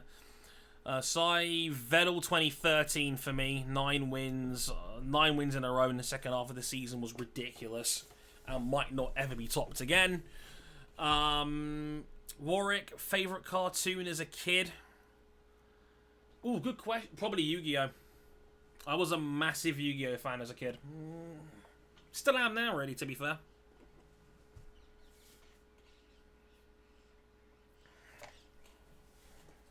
So, you know. I'd probably go with that. Dragon Ball Z is a very close second. Charlie, ladies, if you're watching, hit Dre up. Bless your heart, Charlie, but one, I don't think people are into me in that way. I am like the best friend guy. I am not like the guy that people go out and want to date. That's the conclusion I've come to. You know, a lot of the people that I have liked, I think, would rather keep me as a friend. I've had girls jerk me around before because they don't want to potentially risk their friendship, and it is frustrating because if you want the best possible outcome, you got to take a punt on it sometimes, and some people don't do that. Look, honestly, me and Tiff started dating because for the first time round it was a punt. You know, I took a punt and it said, you know, it'd be great if we could meet up for a date, and she actually said yes. You know, and that's how it all started. It was the same day England played Sweden at the 2018 World Cup. Was our first date. But there's a fun fact there for you. But honestly, look, right now, if I'm being completely 100% honest with you, I probably am not ready to properly start dating again. I mentioned it a little bit a couple of Hangouts ago that I became single again last December. And I was in a bad place mentally for a good 2 or 3 months after that. It took a lot of time and healing and finding myself again as a person before I was able to get back on my feet in terms of confidence. And I'm still not 100% there yet, you know. There's still what ifs that go through my mind every once in a while, but you know, life goes on, man. Life goes on, and look, I've always had my own theories. I don't want to be overly critical or mean because my ex is still in my life. She is still a friend. We do still talk on occasion. I think we were at different stages of our life, personally. I would have had to sacrifice a lot to live with said person because they lived in Nottingham, 150 miles away. I am working a job in a bookies, working 5 days out of 7 that really isn't conducive towards having a social life or having relationships. I was only seeing her once or so a month on average, and that was me begging the rest of my shop team to get a weekend off because one of my shop team colleagues was a Sunday opt-out, so they were legally eligible not to work on a Sunday. So I was effectively guaranteed to work Sundays. So that made weekend visits really hard, especially when she was working, she is still working 9 to 5, 9 to 5 office job, etc., etc. So look, it was a lot to get even back into this point, and I didn't really feel like talking about it because again, she had a lot of mutual friends that I also had, and I was not sure about who to trust with it. And people talk and people mumble, people go back and forth, and I just kept a lot of it to myself. The only people that really knew about it were the people on my Discord, because I thought people might still make awkward references to the fact that we were a thing, and I just wanted to protect her from that, or any potentially awkward conversations. I didn't go into detail as to the reasons why. And of course my family, my mum, my brother and my sister, so it is what it is, man. It is what it is.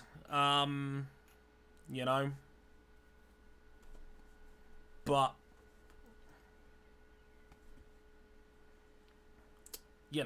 it's life, man, and I know. I'd like to think the right person will come around at some point, and I fear, though, that with the job that I work, it's probably not going to happen anytime soon. But, that's something I've got to consider in my life going forward. Do I want a career in the bookies when it is a very draining job on your mental health? Like I said, working 5 from 7, working 40-hour weeks, not having a social life because you're working on sociable hours because my shop opens at 7:30 in the morning and closes at 10 p.m. at night. There's a lot of elements at play. I can sleep at night knowing that I wasn't the reason the relationship ended. However, I also wholeheartedly admit that my job did not help. It was absolutely a factor as to why it didn't work out. I can say that wholeheartedly. It's like I said, that is just life. It's not going to it's not going to help out, but it's one of them things, man. It's like I said, it took me 3 months. I wasn't really even in an okay state until March, and then work took over by working 60-70 hour weeks, and that took over. But now I'm on break, and now I'm look, man, I'm not even saying this to be bitter or negative. I'm saying it because that's just how it was, and I know I'll be better for it in the long run. I've been able to put some money down. I can save a bit now, and I can look after myself and my family a bit more in the interim. And look, it wasn't meant to be. And I've always maintained that if you find your life's partner, what's a year of waiting? Because I was prepared to move up to Nottingham in a year's time, but that didn't work out in the end. But if you find your life's partner, take a chance on them, is what I would say. Is the best advice I can give you. God, I got rambly there. My bad. I did not mean to do that. You're the wrong gender for me. Shut up, Zoe. I'm blushing. Stop. That's very sweet. Yes, more better half invitationals, please. More money for charity. Fun laugh.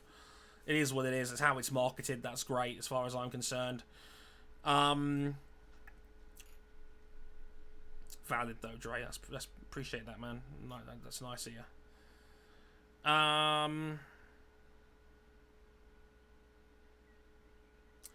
Amir. Random question, Dre. Why have you never liked Lewis Hamilton? I mean, mate, do you think I'd be spending hundreds of pounds on his merchandise if I didn't like him? I have 2 of his mini helmets, I believe. Like, I have 2 of them. I have several of his signature racing caps as well, when he used to wear flat brims.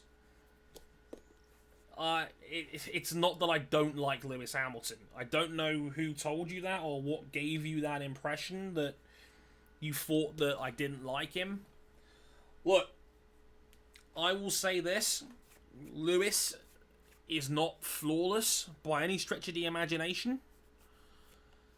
But I certainly respect him. And I think the good of Lewis far outweighs the bad, so to speak, on that one. So, you know,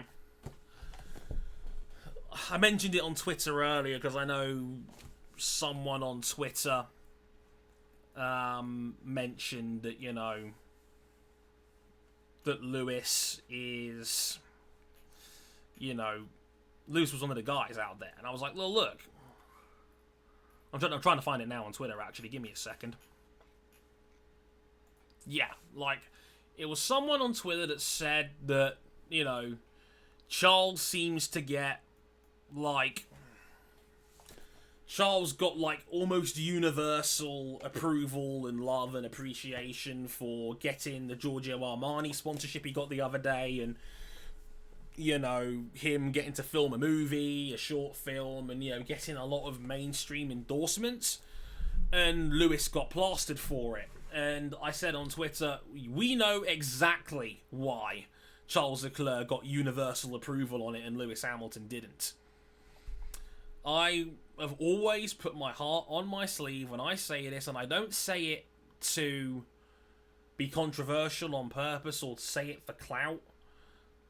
The media has been inherently racist when it comes to dealing not only with Lewis Hamilton, but with black athletes in the UK in general. And I'm not saying that Lewis is flawless, because he has had a couple of problematic moments. For instance, him dealing with his cousin in a dress, his tax evasion on his private jet, you know, that was a problem. I didn't like how he released another range of his Tommy Hilfiger clothing and then claimed it was for affordable and it was for everyone when he was charging £250 for jackets. That was clearly the tweet of a man that was out of touch with the modern day public, which is a shame, given I think he's the most culturally relevant F1 driver we've ever had in this sport. I am critical. Yeah, I am absolutely. There's a big difference between me being critical of someone and actively disliking them. And like I said, I think Lewis's good far outweighs his bad. I will happily say that on the record comfortably. I haven't got a problem with Lewis, and like I said, I wouldn't spend money on the man if I didn't at least appreciate and like elements of him as a person, because I do. Calling Stevenage the slums and the sticks wasn't helpful either. See, so he's had, like, even the most devout Hamilton fan would have to admit he's put his foot in it on a couple of occasions, right? But I think, like I said, I think the good far outweighs the bad with Lewis. And I know that he means well, and I know he means from the heart, but, you know, I think his overall influence and positivity he brings to that, and the mainstream accessibility and relevance that he brings to Formula One is incredibly valuable and positive and good. He takes F1 to places where, you know, the sport's never been before, like mainstream television and music, hanging out with guys like Post Malone, and, you know, Hamilton's biggest issue is that he's always struggled at handling the media. It is like handling the media and the political side of the sport is an element for your success. That's always been Hamilton's Achilles heel. He has poorly handled it on occasions, but ultimately I don't dislike him. He's never done anything to really turn around for me to say, in the long run, the man's a dick. I don't think he is. I don't think he does these things to be spiteful or vindictive. I just think sometimes he's naive. A bit too naive for a grown man of 35, but overall, I don't think he's all that much. I respect Lewis, and I do like him a touch, but he's not my favourite, and he never will be my favourite driver. And you're right, like, as RJ puts out in the chat, like, Lewis, you could see that Lewis at least tries. So like I said, he's a transcendent star, and the reason I made that tweet was because Hamilton's never gotten a fair shake from said media or from people on Twitter. And because of those occasional problematic moments he has, it creates a really nasty grey area with him, where it's like, do you dislike him because he's done X, Y, Z, or is it because there's some inherent racism you're trying to mask it around? A lot of people talking code. If anyone saw the news the other day of Lana Del Rey talking about, quote-unquote, women with delicate personalities, and then her completely reacting out of whack to being called Karen in the comments, like, look, I've lived it, I have breathed it, I have experienced being a young black man in this country at age 27, a lot of white people talking code. And there's a lot of thinly veiled code that gets flung around when talking about Lewis. I remember when he had dreadlocks last year and people kicked up a stink about him having dreads. Like, oh, you know, like, what? I don't like dreads, it looks terrible. And yet these are the same people that want to clap when a white person gets cornrows. Like, it's dodgy, to say the least. But, you know. But like I said, I think the good outweighs the bad with Lewis. But it does... the culture of the British press certainly does not help. And it's not just with him. I think Mo Farah got it in the neck a lot before the drug allegations came out. I think Raheem Sterling has gotten it in the neck, you know, unfairly amongst this press and amongst this media. Even taking the British out of it, like Paul Pogba, who's French and Muslim, has gotten a hard time in this country for how he's handled it at... You know, who's handled being at Manchester United as a football player. And some of the criticism that he has gotten. He's had racist chants thrown at him from some of United's own fans on occasion. So, yeah. You know, the way this media handles it, it forces us to have very difficult conversations. You know, so...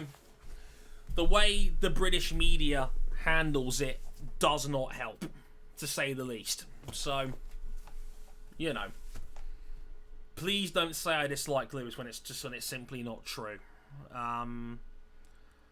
Fernando Alonso is Harrison's arch nemesis. Yeah. You're on timeout for that, Si. I don't appreciate the jabby comments. Not necessary. Yeah, he stopped wearing them. Like, regarding flat brims on Lewis, he stopped wearing them. That's why Mercedes don't make them anymore. The special ones are now all curved brims because he only wears baseball caps now. He stopped wearing flat brims about 2 years ago, and that's why they don't make them anymore. Which is annoying because the old flat brims he used to have are now on eBay for like 80 quid each. It's a fucking joke. They've gone up like like sneaker prices now for caps. It's fucking stupid. But there you go.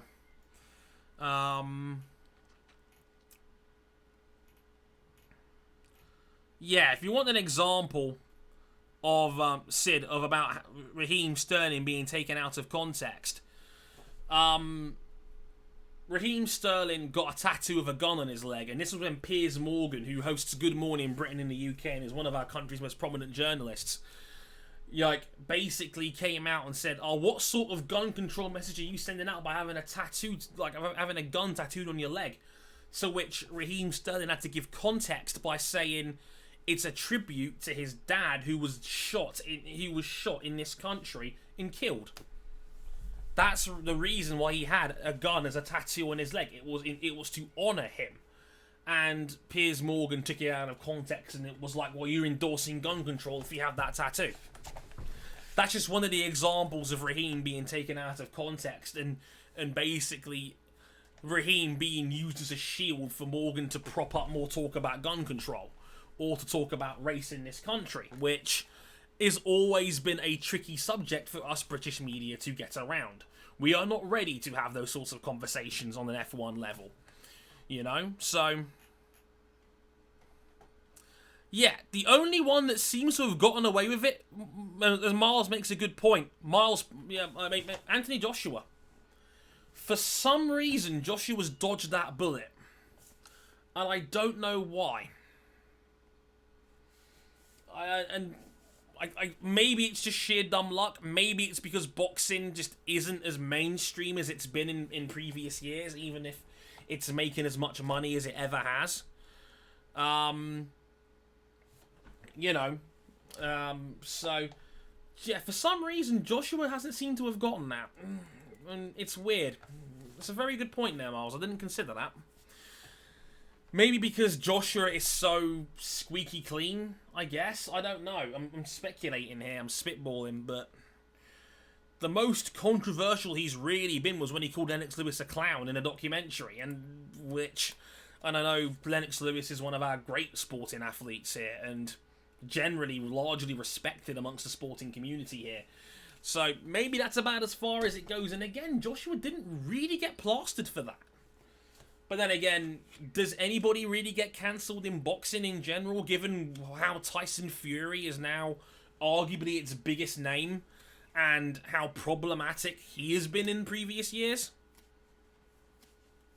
You know, I think you're right, Miles. I think you're spot on. I think if we do get a Fury-AJ fight, which does seem inevitable at this point, I think people will back Tyson Fury, because I think Fury has come across as the likable Irish rogue, even if he's a rampant sexist, homophobic, misogynistic prick. You know? This is a man that once came, like Tyson Fury, who came out and said in public, like, he said that the best place for a woman is either on the kitchen or on her back. You know? So, and of course, being a rampant homophobe doesn't help either, but given that boxing is so super masculine as a sport, it's not going to be the canceller that it would be for a lot of people. And look, if we're being real about boxing for a minute here, AEW just wheeled out Mike Tyson on its Double or Nothing show yesterday, and I was just like, look, another step back on the path of reintegrating Mike Tyson into mainstream celebrity, even though he was a convicted rapist. I don't think we as a mass are ready for these sorts of conversations to talk about people on the internet in a mature, disciplined light. It doesn't help when sports shows in general can't do that either, because, well, they're trying to push their own narratives on their own platform rather than being and calling it down the middle. They're not doing that. They are pushing whatever narrative gets them the most clicks. That's what First Take did with Tim Tebow for years, with Skip Bayless, and now Max Kellerman and Stephen A. Smith becoming a meme, because it stopped being about the sportsmen. It became about the presenters instead. That's my opinion anyway. But hey, you know.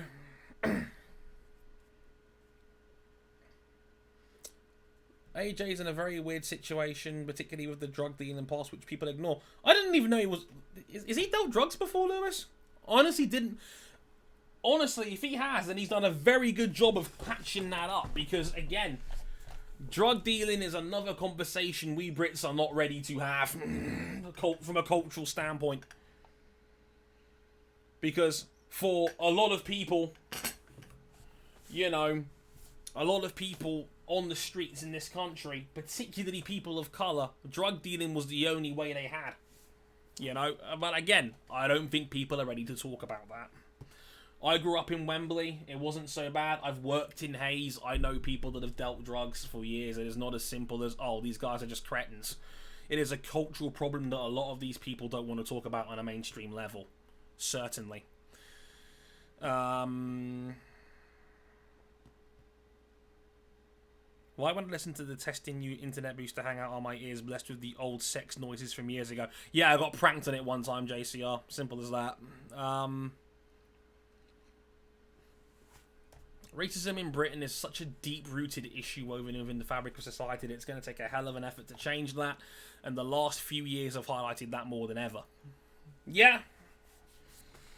Probably right, Vic. Probably right on that one. There's a lot of it deep-rooted. There's a lot of code. There's a lot of cultural dynamics that people don't know about.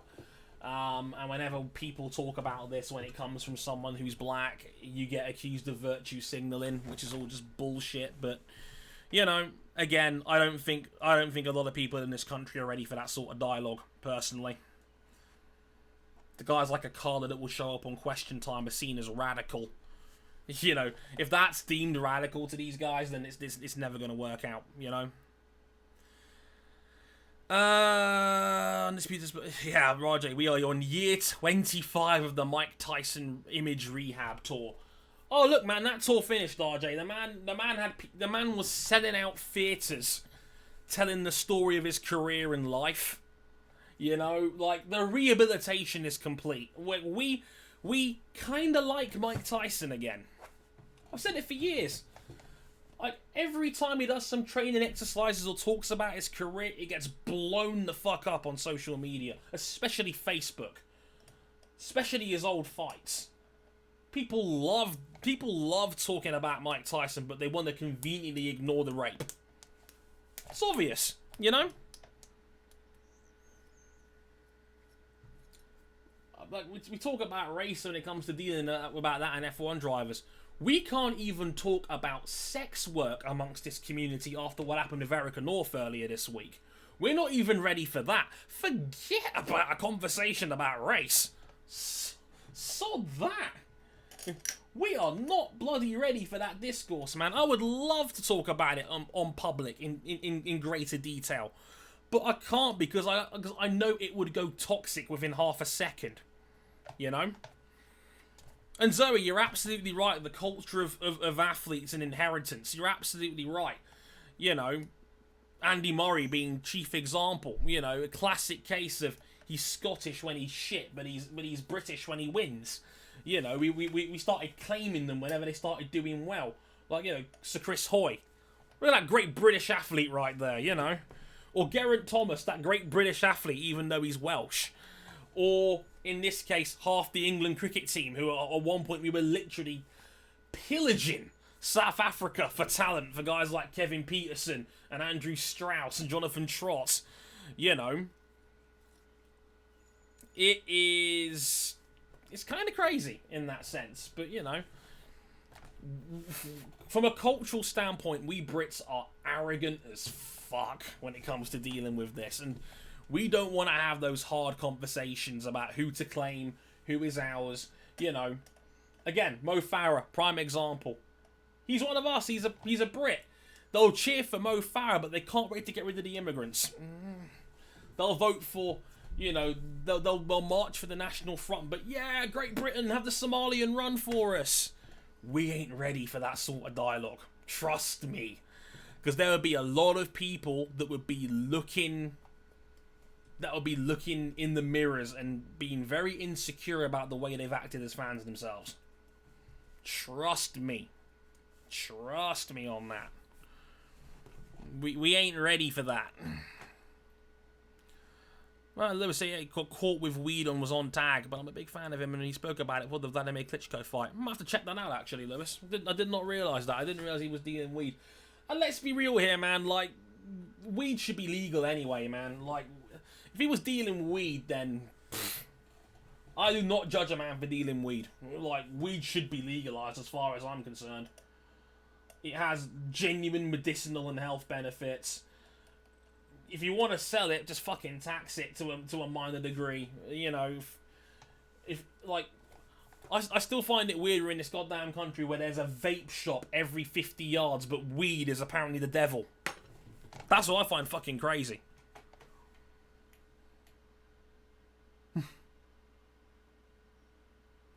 Checking the chat. RJ, it kind of feels like if you want to enjoy combat sports in general, there's a lot of compartmentalization you've got to do. Yeah, you're right, RJ. You're spot on. Look, you're talking to a guy that used to be an MMA fan, who used to write about it on a semi-professional basis. Yeah, you know, I've been there, and unfortunately the sport has produced a lot of problematic people. If you watch the UFC, you're doing it safe in the knowledge that, you know, Dana White isn't objectively a Trump-supporting arsehole who, again, wouldn't have started backing him if it wasn't for the fact that Trump literally saved the company when they were still performing in hotel lobbies. You know? It's just how it is. You know? Conor McGregor. Where do we even start on him? You know? Assault, thug, punches old man, you know. Alleged rapist as well, Conor McGregor, and he's the biggest star the sport has produced in years. Ronda Rousey, transphobic, twat, domestic violence accused of beating her boyfriend up. There's a lot of problematic shit that comes with MMA as a fandom in general, unfortunately. And a lot of that is just down to the people that's involved in it. It's like I've always said, you know, sports are a cross-section of life, and how we deal with it is ultimately down to us. Yeah, Don King, fuck me. God, where do we even start? John Jones, you know, who, you know, multiple hit and runs, and if you've never seen, you know, the John Boys documentary on the sport of mixed martial arts throughout the years, and talking about John Jones, it's a genuinely great piece. Watch the whole thing, but John Jones mentioned in part 5 about how he's basically the greatest fighter ever, but also deeply flawed, but honestly deeply flawed, because, you know, a guy that's had family tragedy at a young age, and, you know, only really had his brothers and whatnot, and, you know, a guy that was pretending to be squeaky clean when he first started his career, but obviously had a lot of vices he gave into once he became a massive star. It's a lot. It's problematic. It's complicated. And we, when it comes to dialogue and discussion about sports and people in general, don't like to do measured and nuance, unfortunately. So, you know.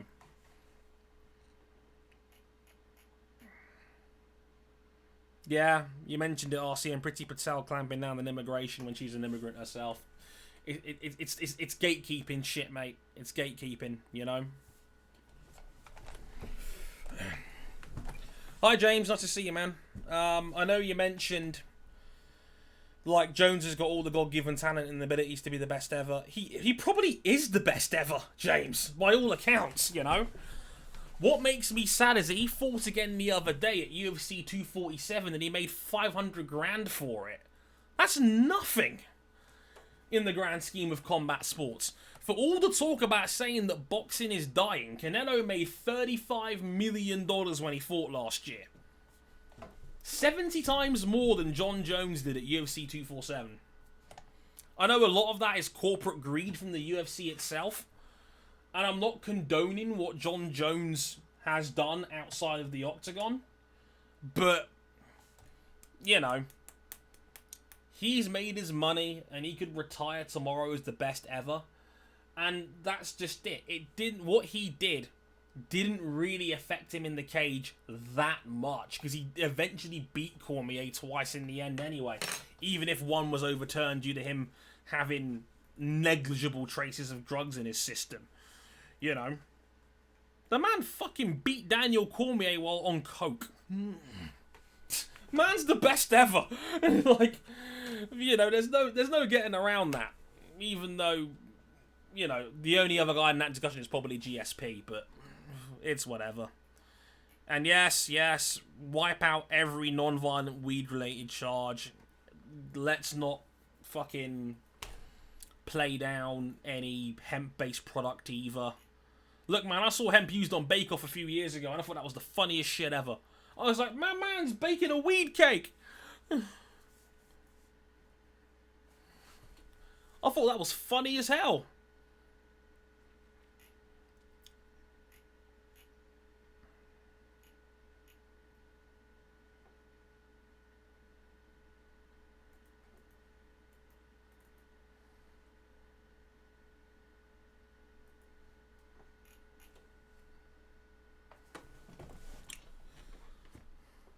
Eddie Hearn's disgraced YouTube personality celebrity boxing tournament. That will be a thing. I'm hearing the latest ones are going to be the two strongmen, Eddie Hall and Hafthor Bjornsson's going to have a charity boxing match later this year. And Eddie Hall's already basically gone in this guerrilla marketing campaign, basically calling Thor's world record deadlift fake and saying that Thor cheated at the World's Strongest Man in 2017. I didn't even realise Eddie Hall's now got over 1 million YouTube subs. I was like, fuck. How the hell did he suddenly get so big? Well, big on YouTube as well as, obviously, you know, big in real life. I'm just checking this. I'm just checking it now, actually. Hang on.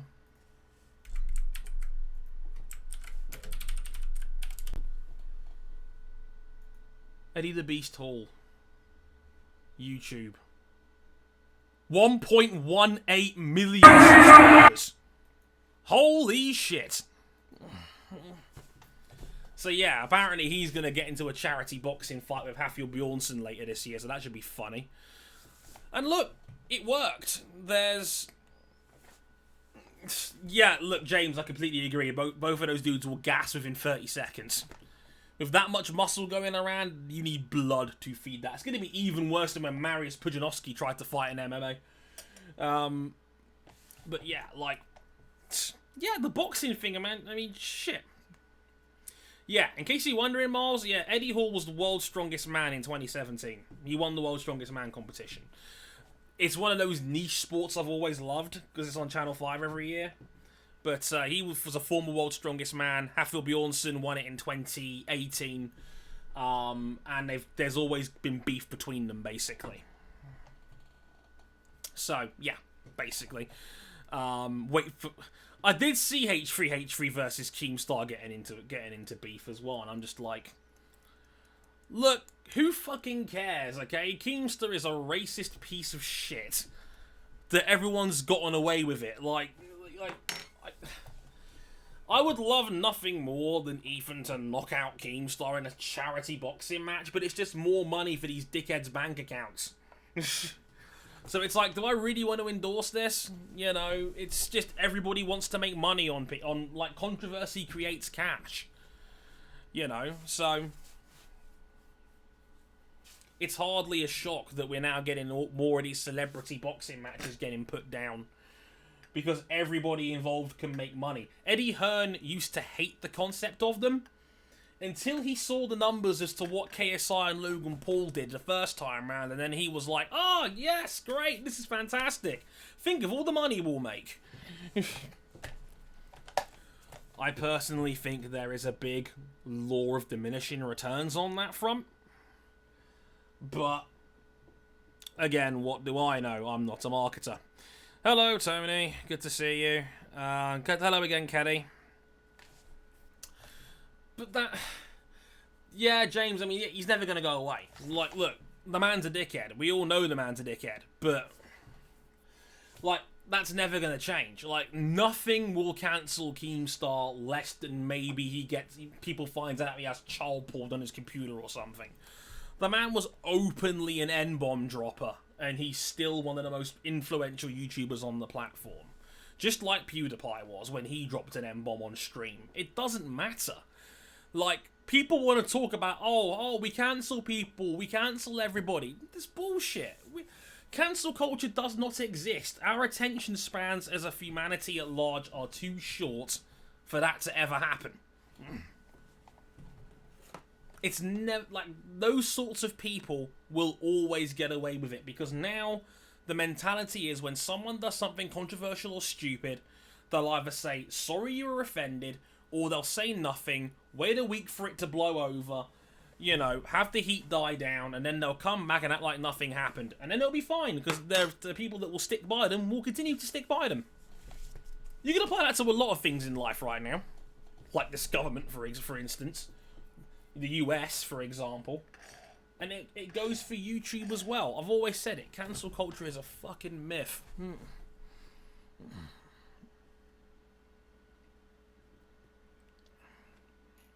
Could it be Grosjean's last year, says Warwick? Probably. I don't see anything massive going on.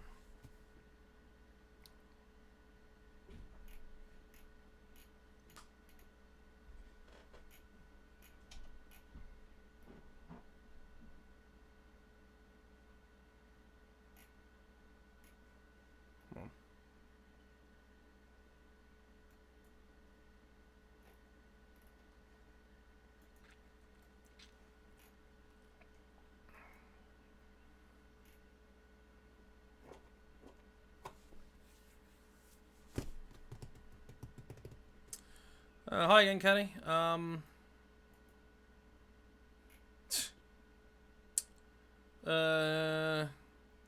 RCM saying, it's annoying that YouTubers say the N-word and get away with it. What happened to Larson? Where's the consistency? Look, unfortunately, that sort of thing is not the career ender it might have been 20 years ago. Unfortunately, a lot of these guys in these positions of privilege are too big to bring down outside of prison terms and sentences, and that doesn't happen very often anymore. As far as Cole Larson is already racing under the World of Outlaws again.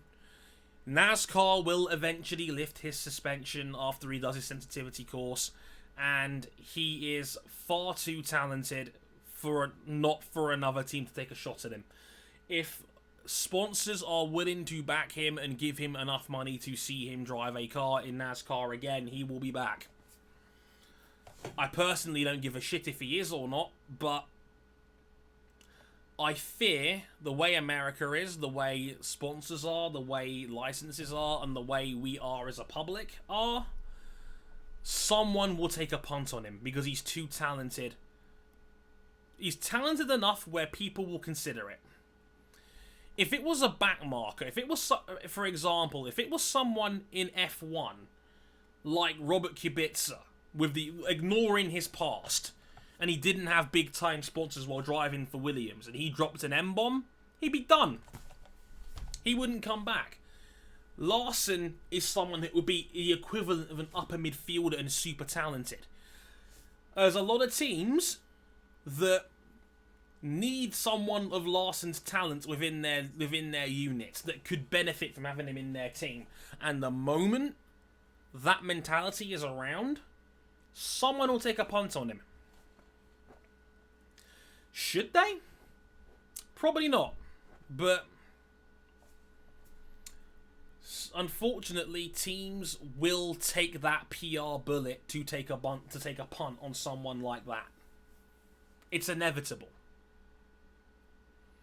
And it's doubly disappointing when you're talking about someone like Larson, who is Japanese-American, third-generation immigrant, and he drops an M-bomb. It's fucking ridiculous. It's embarrassing for everybody involved, but here we are. Yeah, I think someone will take a punt on him. There's no doubt about that in my mind, at least.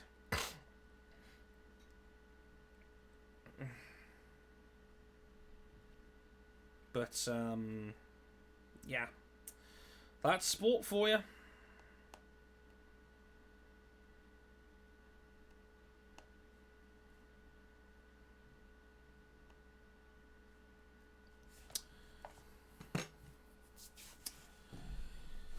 And yeah, if you ever want to argue that otherwise, as Sid pointed out, and as RCM has pointed out, Santino Ferrucci shrugged it off like it was no big thing. And the thing is, as well, is that the guys that are involved in IndyCar know exactly what Santino Ferrucci did, because they allude to it. They mention, he had a rough time in Europe, or he had a falling out or a disagreement in Europe, and he's back here, and IndyCar fucking love him over there. He's the next big thing.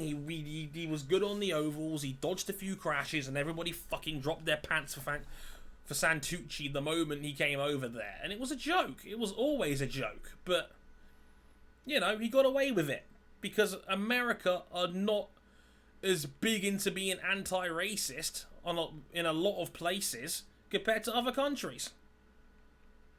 That's just how it is. Also, holy shit, there is a soccer beef history between Roy Keane and Mick McCarthy. That's crazy.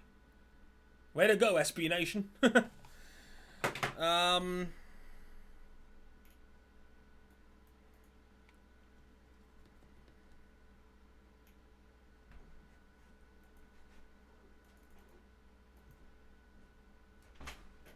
Sometimes it be like that.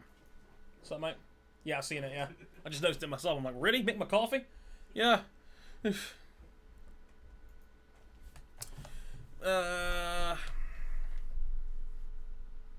Well, if you know what Goku's English voice actor said a few years about it, yeah, look, I know it happens in the voice artist industry as well, Keddy. Like, when people say controversial things, it forces people to have hard conversations, about the people they like. And, it's problematic in its own right.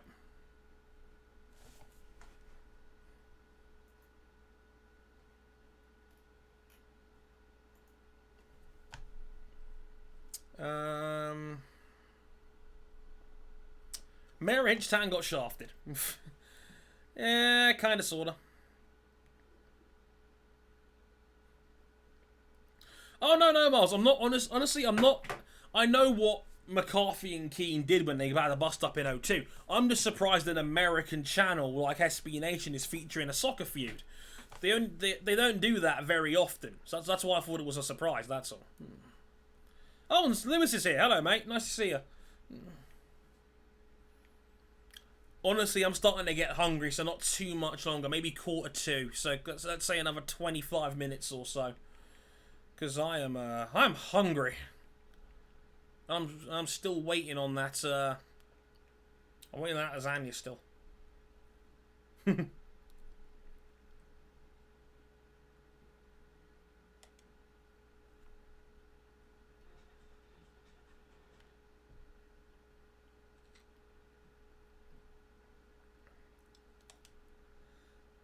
Yeah, for those guys tweeting me saying that Karam doesn't have talent, he absolutely does. Karam was genuinely great in IndyCar. And I think he had a lot of potential.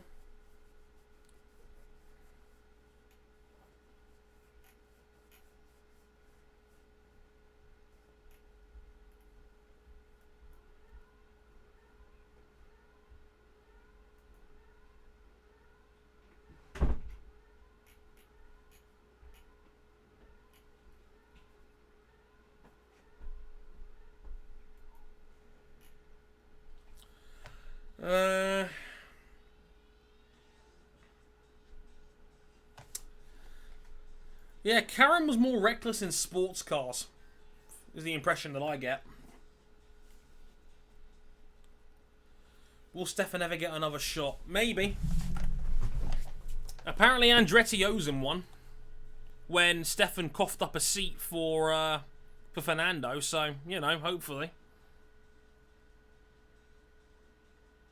2002, the summer we saw Roy Keane walk his dog a lot. that was funny. Take care, Charles.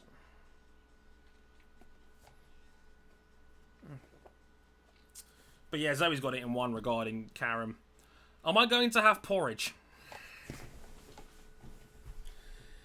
Oh god, I'm gonna have to explain this story again, haven't I? Because like people mention this, like I had a lovely bowl of Weetabix this afternoon as for brunch, and that's all I've eaten today.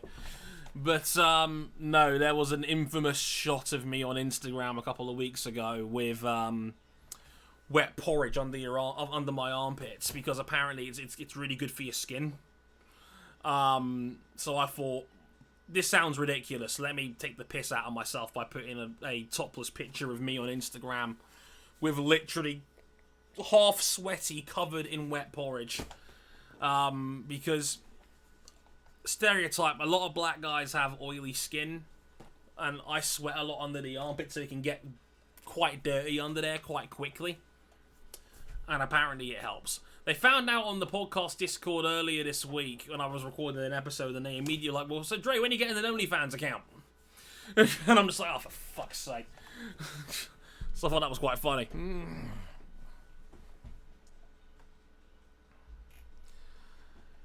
Yeah, it's strange goings on in my household right now, in case you were wondering.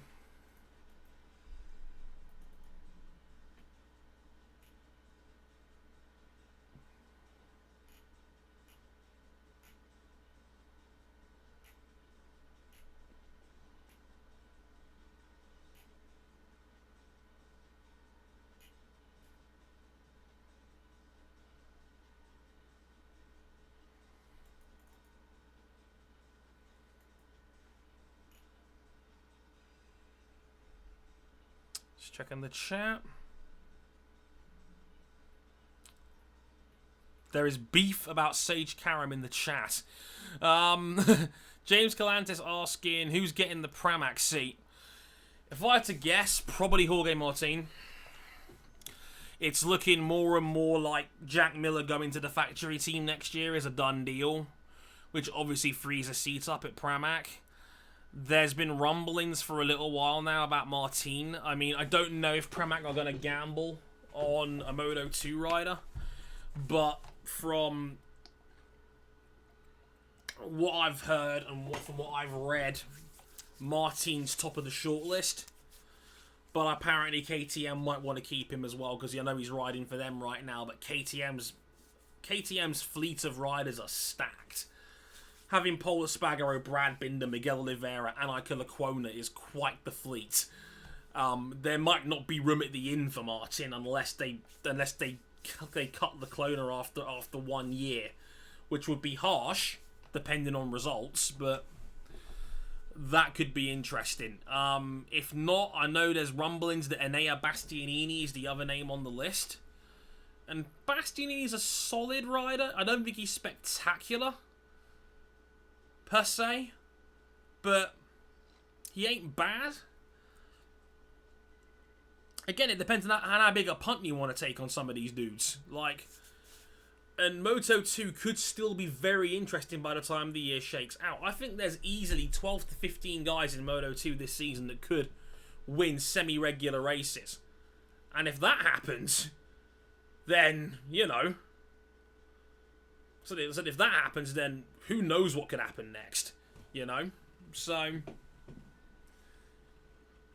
I think there's going to be a lot of... I think we're going to see a lot of the second half of silly season pushed down into the second half of the year.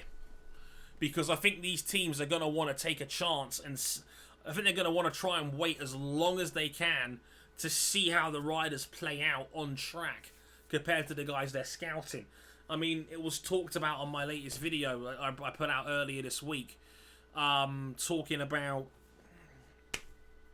how the boss of SRT was coming out and saying, well, look, we might not have signed Valentino, we might not be offering to sign Valentino Rossi if we had a regular season play out like normal. And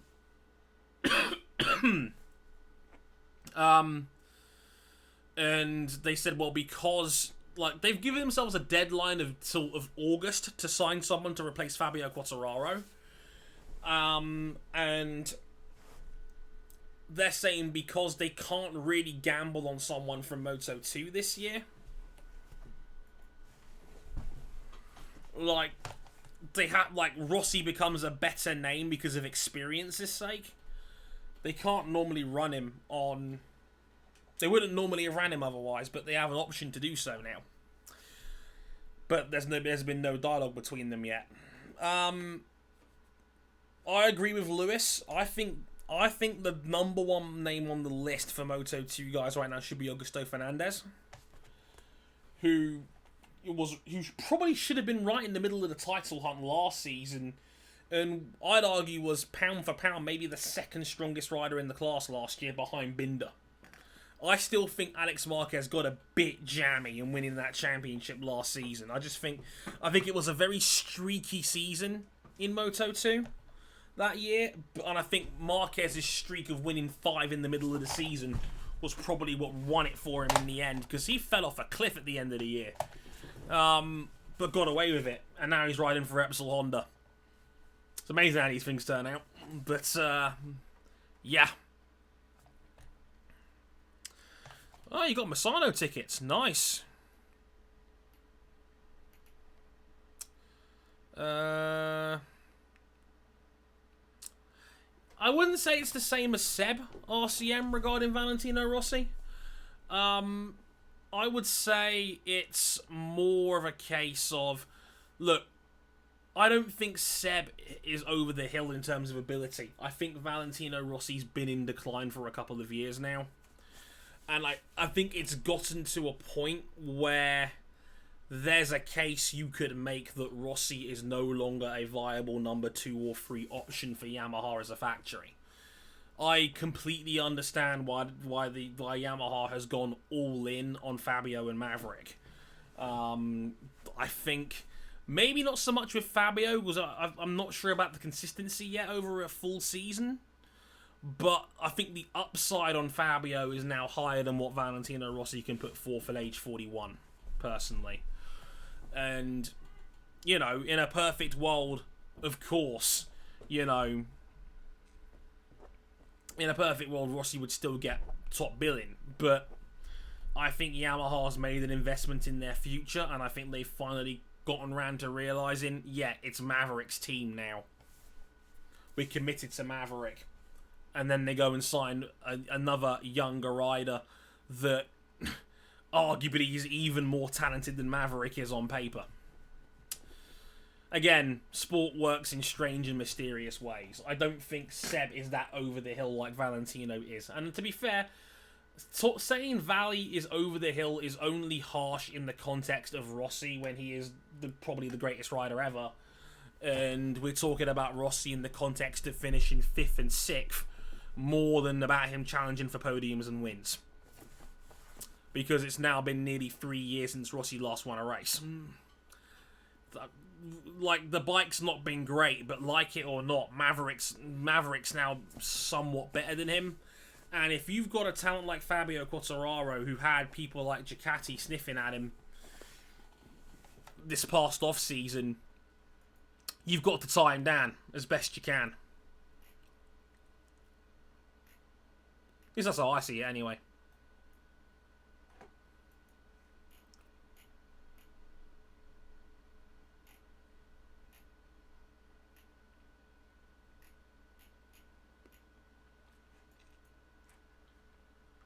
Yeah, Miles, you're probably right. Valley is probably more like Kimi, I would say. Sid, where do you see Seb next season, Dre? Probably in a retirement home. At home with his kids, as far as I'm concerned. Yeah, that, like I said, Lewis, you're absolutely right. Over the Hill Valley is still probably better than a lot of dudes. It's just Over the Hill Valley in the context of Valley's greatness. Like, in the context of Valley and his prime and how good we know he has been and how good he is, what we're seeing now from him is clearly a couple of steps below that. Where he's more like a top 5 to 6 guy rather than a top 2 or 3 guy. He probably could beat Frankie over a season at SRT. Certainly a possibility. Frankie was just starting to get it together second half of last year. On the same bike, who knows?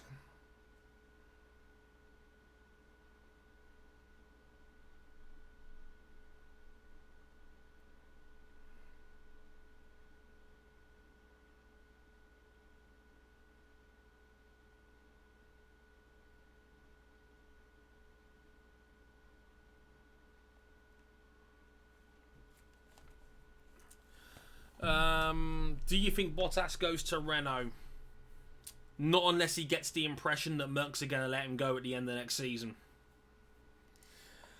From all accounts and from what everybody has said in the press, everyone in that Mercedes camp does not want Sebastian Vettel there next year. And Mercs hasn't got a particularly good reason to change drivers unless it's purely from a marketing standpoint. And that's what Daimler seem to be pushing. So, it all comes down for me as to whether... For me, it all boils down as to whether Bottas thinks the bells are ringing for him to leave. And I don't think that's the case. It depends how much Paul Daimler's got. We'll have to wait and see. If he does get the impression that Mercs want rid, maybe he does go to Renault for a big payday. Who knows?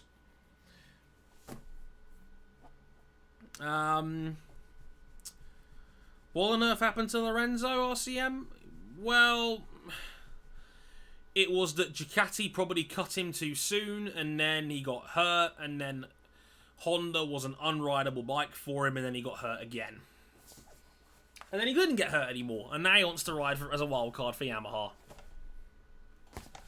You know, so it's pretty clear that Lorenzo faked his retirement to get out of riding that Honda. Because the fact that less than 2 months later he's a test rider for Yamaha and taking a wild card on, if this was the same guy that was hinting about, you know, if he's hinting about, you know, wanting to, you know, it being not worth the risk anymore to ride a motorcycle, but he's willing to take a competitive wildcard spot at Catalunya, it's clear that at least some part of his leaving speech was bullshit, you know, which is disappointing, given that I'd always given Lorenzo the benefit of the doubt for some of his diva-like behaviour, but, you know, tonight didn't help, or, you know, that speech didn't help. And, you know, like, I know being a test rider is not the same as racing full time, but given the words that he came out with, it sounded like a man that was completely at peace with not riding a bike again. And within 3 months, he's back in the sport. And yeah, you know what, Lewis, you're probably right. Mentally, he looked shot. He looked like a broken man by the end of that Honda season, and this is a guy that mentally had more fortitude than any rider we've ever seen. Maybe ever. This is a man that had his collarbone ripped out when he was driving, when he was riding at Assen when he injured himself and broke his collarbone. Flew back to Spain, got it refitted with a plate, flew back to Assen and finished in 5th the same race weekend. Lorenzo was tough as fucking nails. And he looked like a broken dude at the end of his season with Honda. It looked like he had no reason to race anymore. I think maybe his dad had a word of him after that Honda season. I don't know. But that's how I see it anyway. I mean, he came out the other day talking about how he was always going to leave Yamaha because he wanted to change it up after basically riding there, I think, for 9 years.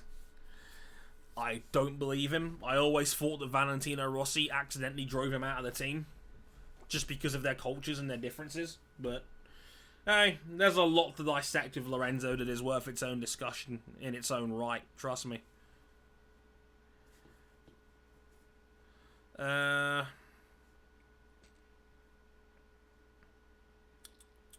Just checking the chat a bit more.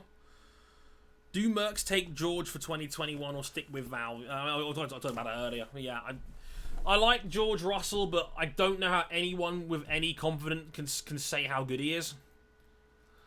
Like, Williams was such a dead weight team.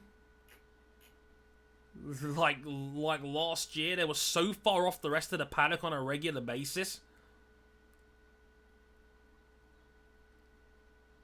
You know, so it's hard for me to get a read on how good he is, especially when it comes to a massive jump from going from the worst team in the field to the best team in the field. Like, it's hard for me to get around that, personally.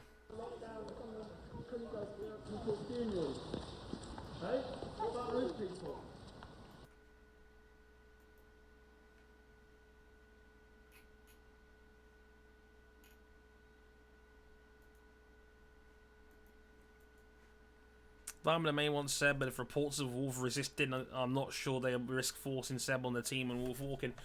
Yeah, you're probably right there, Miles. I think it would all boil down to how much Toto digs his heels in.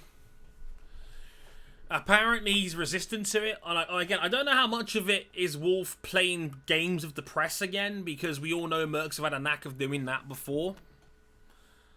And it does not help when he flirts with the idea in public. You know, saying, oh, Seb's a 4-time world champion. We know he's good enough to drive the car. We got to see how our driver situation plays out, etc., etc. He doesn't do himself any favors sometimes, Toto. He could just come out and say, you know what, no comment. But people will speculate. I know people will speculate anyway, but